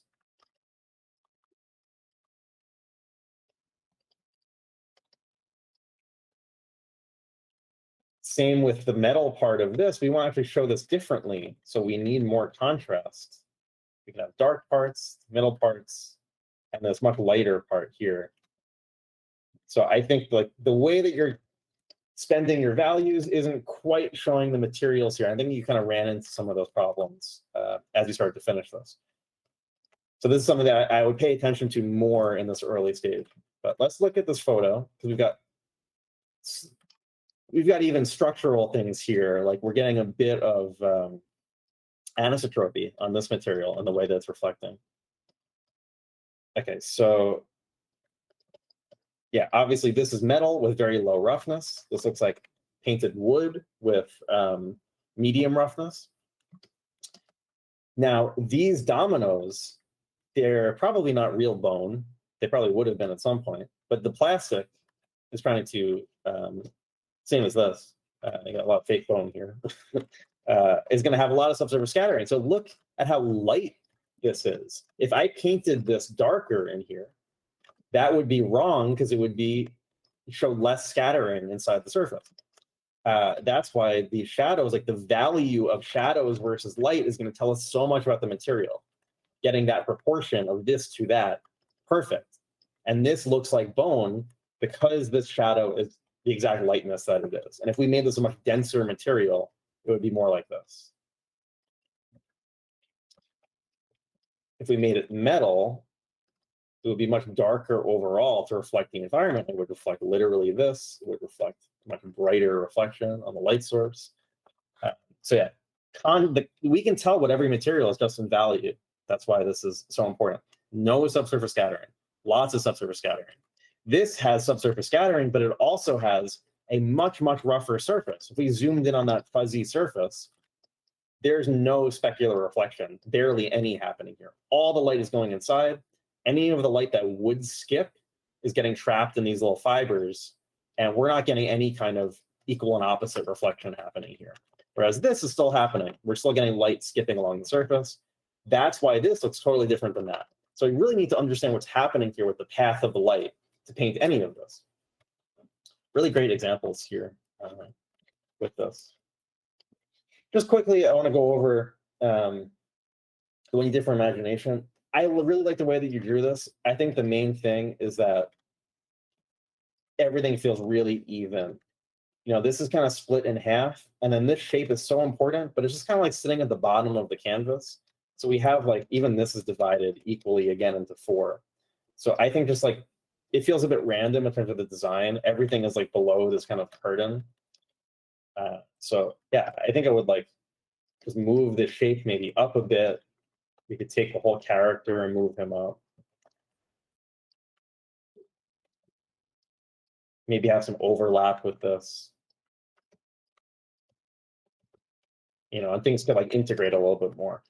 So yeah, I think it's just, I really like the way you painted it. I think it's just more of kind of a design thing. So let's, okay.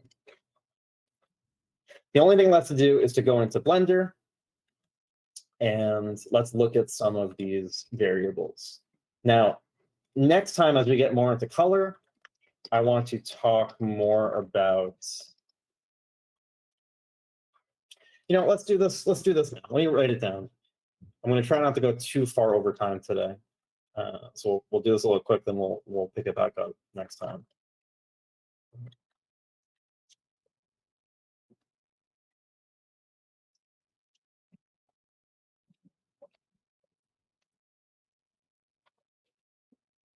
Okay, let's just take a 5-minute break. I need to take a little bit more breaks today. I think I have a cold. And then we'll finish up with these last examples here. So see you guys in 5 minutes.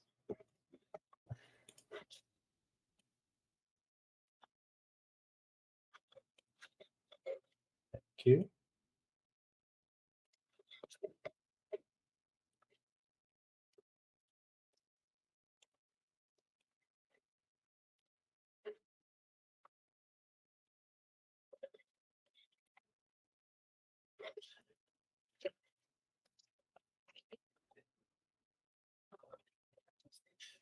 Let's look at why everything is really reflections.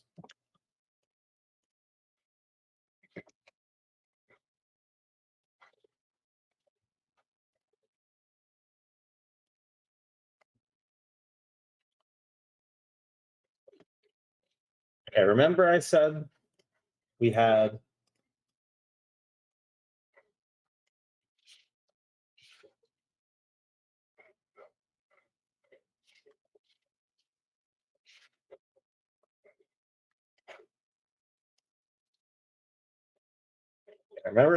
two things. We have the object and the world it's reflecting. Well, conveniently, we have 2 tabs in here in Blender, the object and the world. We don't have to worry about this. That's not important.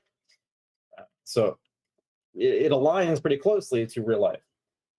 Now, we're going to talk more about this next week, but I'm going to quickly add a world, and we'll go into the detail about this later.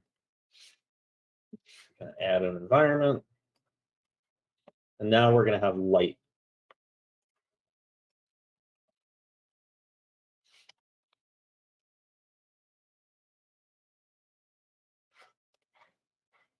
Let's add a sunset. Now, if I look in a rendered view, well, we have a sunset.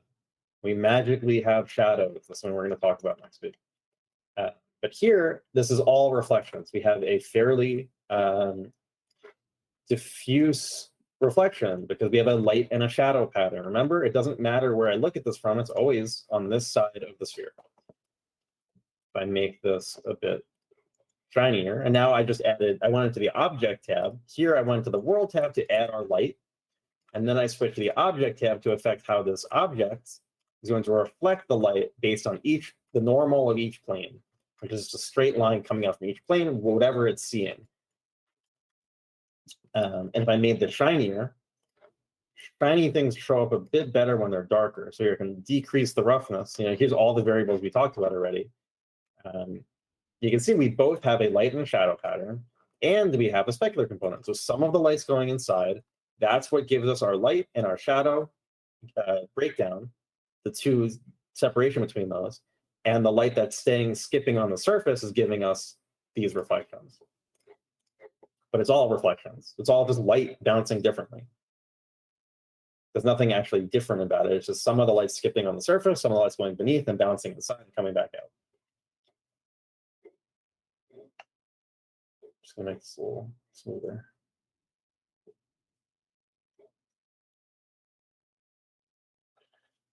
Where is my?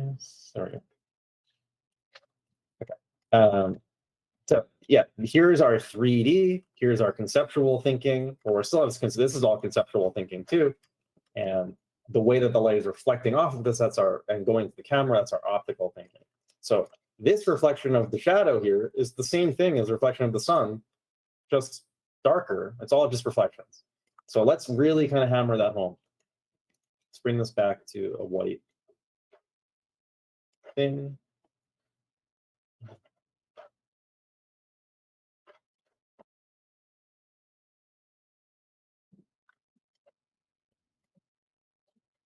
And now let's add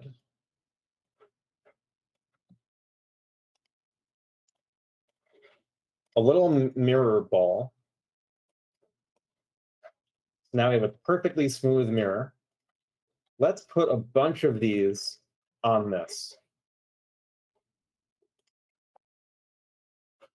First, let's just look at this mirror. Like you see, when we have a mirror ball, we see it reflecting each plane, whatever it's seeing. And the background is just a big sphere around everything, just like this. So, here we see the sun, here we see this ball, we see the floor, see the canyon. Let's put a bunch of these onto this sphere. We can do that with a particle system. Make it a very hairy sphere, but instead of weird hair, we're going to put an object, and that object is going to be our little sphere. So let's add a bunch of these.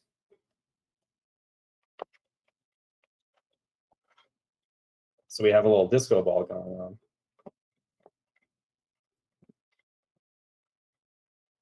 And you can see we almost have a rougher sphere. Okay, so you see we still have this reflection that we saw before? Let's zoom into this. You see when we are looking here at this averaged out bright side, we almost have a light and a shadow pattern. Light, shadow, reflected light in the shadow, reflection of the sky, key light. Let's zoom in and see why that's happening. All these little spheres in here have mostly a little picture of the sun. Those little pictures of the sun are averaging out into our bright lit area. We go up, all these little spheres here are mostly seeing just pictures of the open blue sky. That's why when we zoom out, it averages out into that mostly blue reflected light from the sky. Here, these spheres are reflecting the ground plane. And that's really, we've got this warm cast to it because it's still in the light. This is reflected light into the shadow. It's literally reflecting the light like a mirror. This is mostly seeing the shadow. So this is cooler in comparison and darker. So everything is reflections. Let's turn off this particle system and let's go from, say, a mirror. What we did by adding those little spheres was this. We increased the roughness till everything averaged out into a light and a shadow pattern. And you see this is still metal. This is just a very rough metal. So this going to this, the reason why we have mostly light, mostly cool shadow, mostly warm shadow is for that reason. Does that make sense to everybody?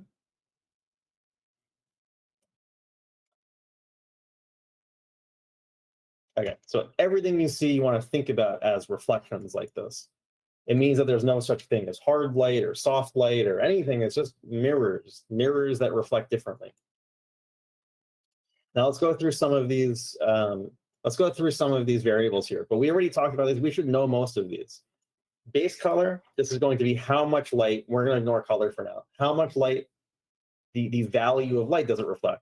Does it absorb a lot of light or does it reflect a lot of light? And it can. This is PBR, so I can't have it reflect more light than is coming in. Right. So earlier I probably could have. Metallic. This is a yes or no question. Light does not go inside. That's a little dark now. So here we have a non-metal. Light doesn't go inside. This is a yes or no question. It's a slider, but it's really 0 or 1. Light does not go inside. Light does go inside. 0, light goes inside. 1, light does not go inside. Specular, we are going to ignore this for now. This gets into more complicated ways of just this work, of how this works. The more important one here is roughness. We have this like holy trinity here. We have the base color, metallic, and roughness. Those are our main 3 that we want to be thinking about. How much light does it reflect? Does it let light inside? Yes or no? How rough is the surface? And they're each going to have a massive effect on the material. That's our main 3. A kind of secondary one here is going to be transmission. We already talked about transmission. Now, here's some extra credit. I'm going to turn on transmission. Why did nothing just happen? Who wants the extra credit? Why didn't this work? How many bounces do you have set up? It doesn't have anything to do with that. Okay. Chris says... Is it metallic? Yeah, so that's the reason why. Because metal, remember, doesn't let light beneath the surface. When I turn off metal, now we have a little like marble bubble thing here. Let me decrease the roughness. So now the light is actually going through and it's refracting so much that it's flipping the image around. So if I make this, now this is a thick marble. It's like a thick sphere. If I make this into a thin bubble,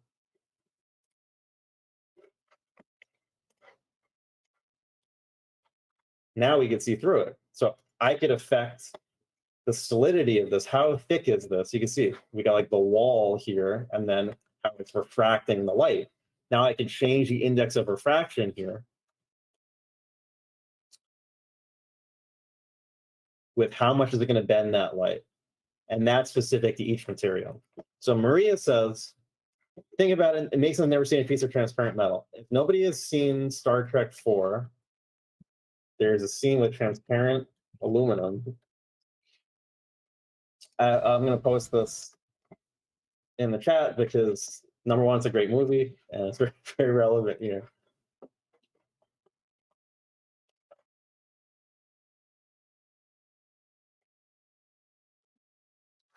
Okay, so in future Star Trek, they have transparent aluminum.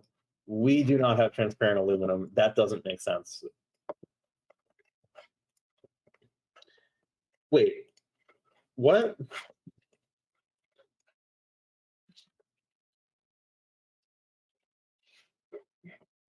News? Is this what you're talking about?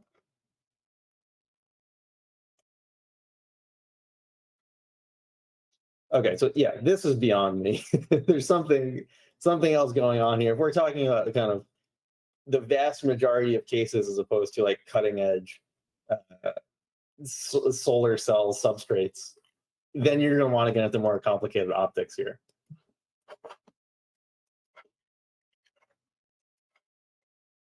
Okay, so transmission, well, we also have transmission roughness. That's going to affect how much unpredictability there is as this is passing through. This is just the surface of it, the surface roughness versus the transmission roughness. Now, what are the other variables we haven't looked at? Let's turn off transmission for now. Okay, sheen. Let's make this the color. If I turn on sheen, I'm probably going to bump this up a bit for you to see it. But you can see if you really, this is now physically inaccurate because I typed in a number. But here's a lot of sheen, like velvety stuff, because of the actual physical properties of the material. It's going to have a lot of that like Fresnel-like reflection. Clear coat. So look how rough this reflection. So we have the specular reflection and the diffuse reflection, which is going to be the light and shadow pattern. We got a fairly rough specular reflection. If I put on a clear coat, that's like a layer of like shellac over it. Now you see you have two specular reflections, the one from the clear coat and the one from this. Let me turn it off. See how that one's disappearing? So clear coat is like if you have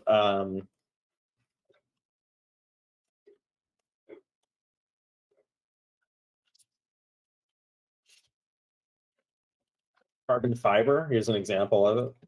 Carbon fiber is literally little weaved fibers with a clear coat on top. So you get really shiny carbon fiber because there's like a layer of clear material over it. So you see, you get the individual reflections of the fibers plus this straight across reflection of the clear coat. A lot of car paint has clear coat also. And you have the roughness of the clear coat at the same time. But generally, you want to keep your clear coat pretty shiny. It's the point of it. What else is there? This might have looked intimidating at first. We have subsurface here. That's the boost. This is not really a very physically accurate thing. This is the physically accurate one. Is it metal? Yes or no? Subsurface is our boost. We're going to hold off on this until we get into color because this is mainly a color thing. Value also, you can see as we increase this, it's glowing from the inside. It's going to get lighter. It's going to get waxy and milkier. That's our boost. It doesn't seem the transparent lumen we have. Yeah, it's from just glancing, it seems like it's part of some other thing. And that's just like probably a marketing term. So yeah, we've gone through all these variables.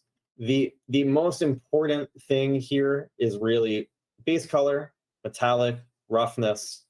Oh, we didn't talk about anisotropy. Let's turn on anisotropy and look what happens.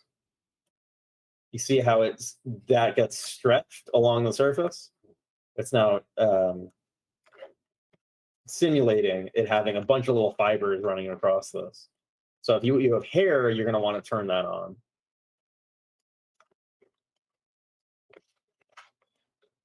Why doesn't the light side get seemingly affected by the blue sky as well, and instead the warms? It's just because the sun is 1,000,000 times stronger than the sky. So it does get affected by the blue sky. It's just completely overriding it, like you said. It's both. It's the sum of them, but the sun is significantly stronger.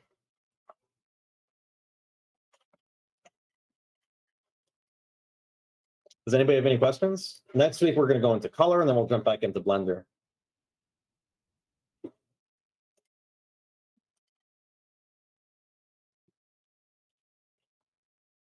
Cool. So homework for next week. The main homework is really going to be going about your lives, thinking about these variables with everything that you see. So not in that material cubes way, but now, well, how is this reflecting differently? And let's do a different shape here too. Let's scale this up too.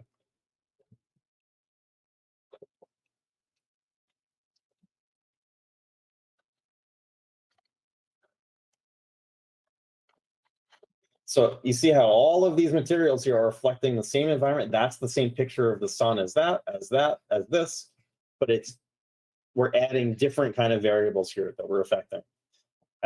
So the main thing is to kind of recalibrate the way that you are seeing with this new model, because it really, really helps when painting. So every time you look at something, what is the base color? Is it metallic, yes or no? How much roughness is there? Is there transmission? Is there anisotropy? It's really it. There's only a few variables that are super, super important. is there sheen that would be like if velvet has more reflections around the edges?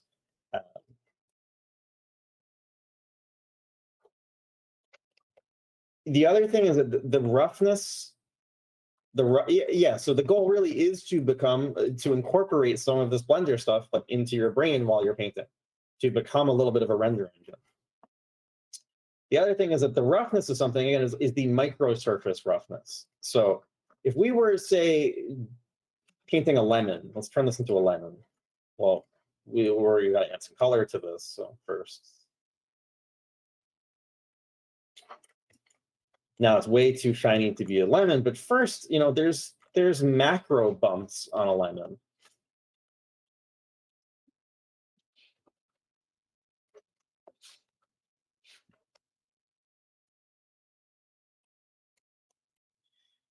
Something like this, maybe.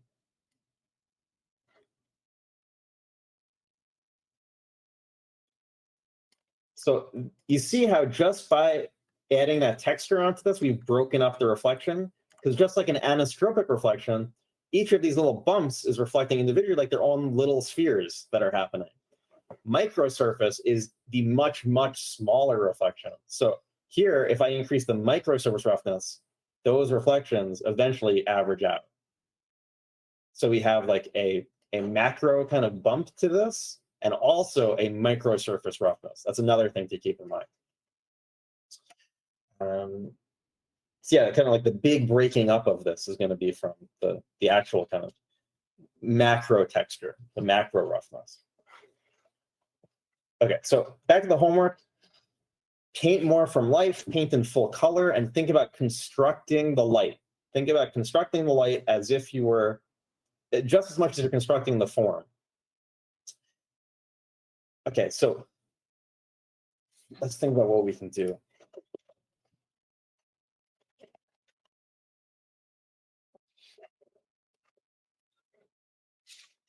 Paint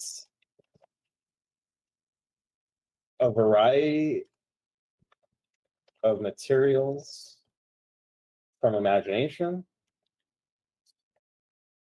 So paint a still life with a bunch of different materials from imagination.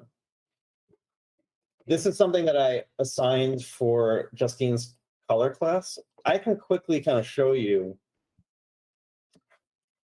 maybe one example of this. We're really going to aim for the sky here.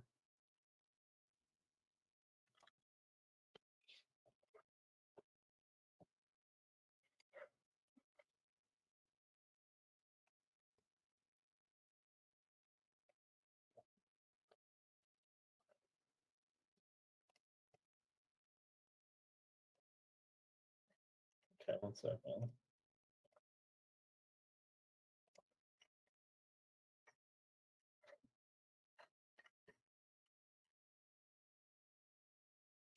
Okay, so two options.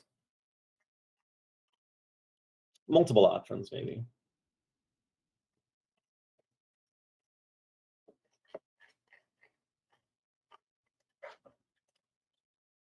One of them would be trying to say paint a still life entirely from imagination. This is one example.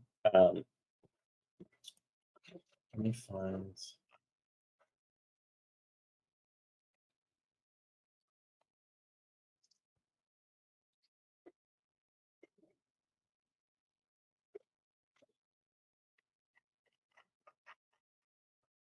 So yeah, here's an example where you are totally making up all these materials. You have to construct the form and how it's reflecting the environment.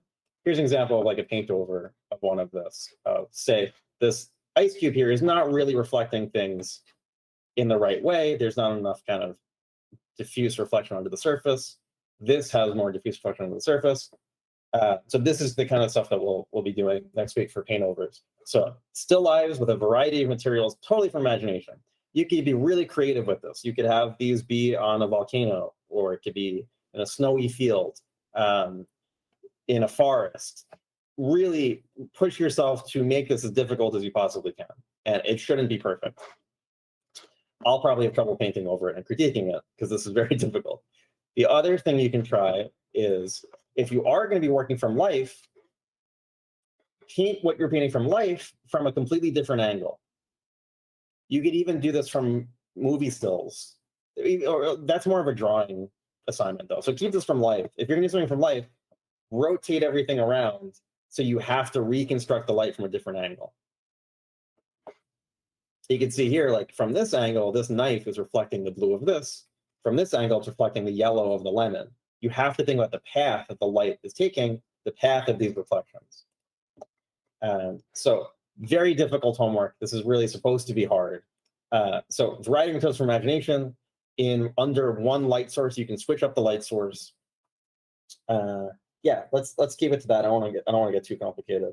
The other thing I was thinking is you could paint materials into a painting or into a photo, but I think this is more fun, and yeah, will be more fun to see. So yeah, this is really going to continue our spectacular failure theme. And of course, if you want to paint any personal stuff over the week, any personal work that you find exciting, illustrations, anything to apply this stuff to, that would also be very ideal.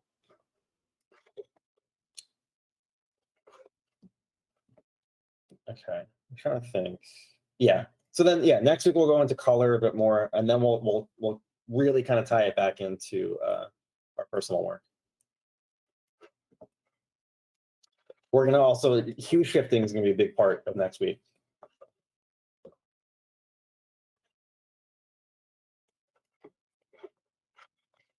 Okay. Anybody have any questions?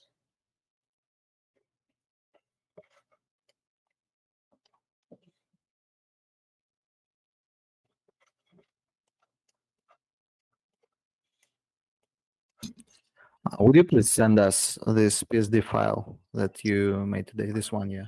This one, yes. I will upload this to Discord.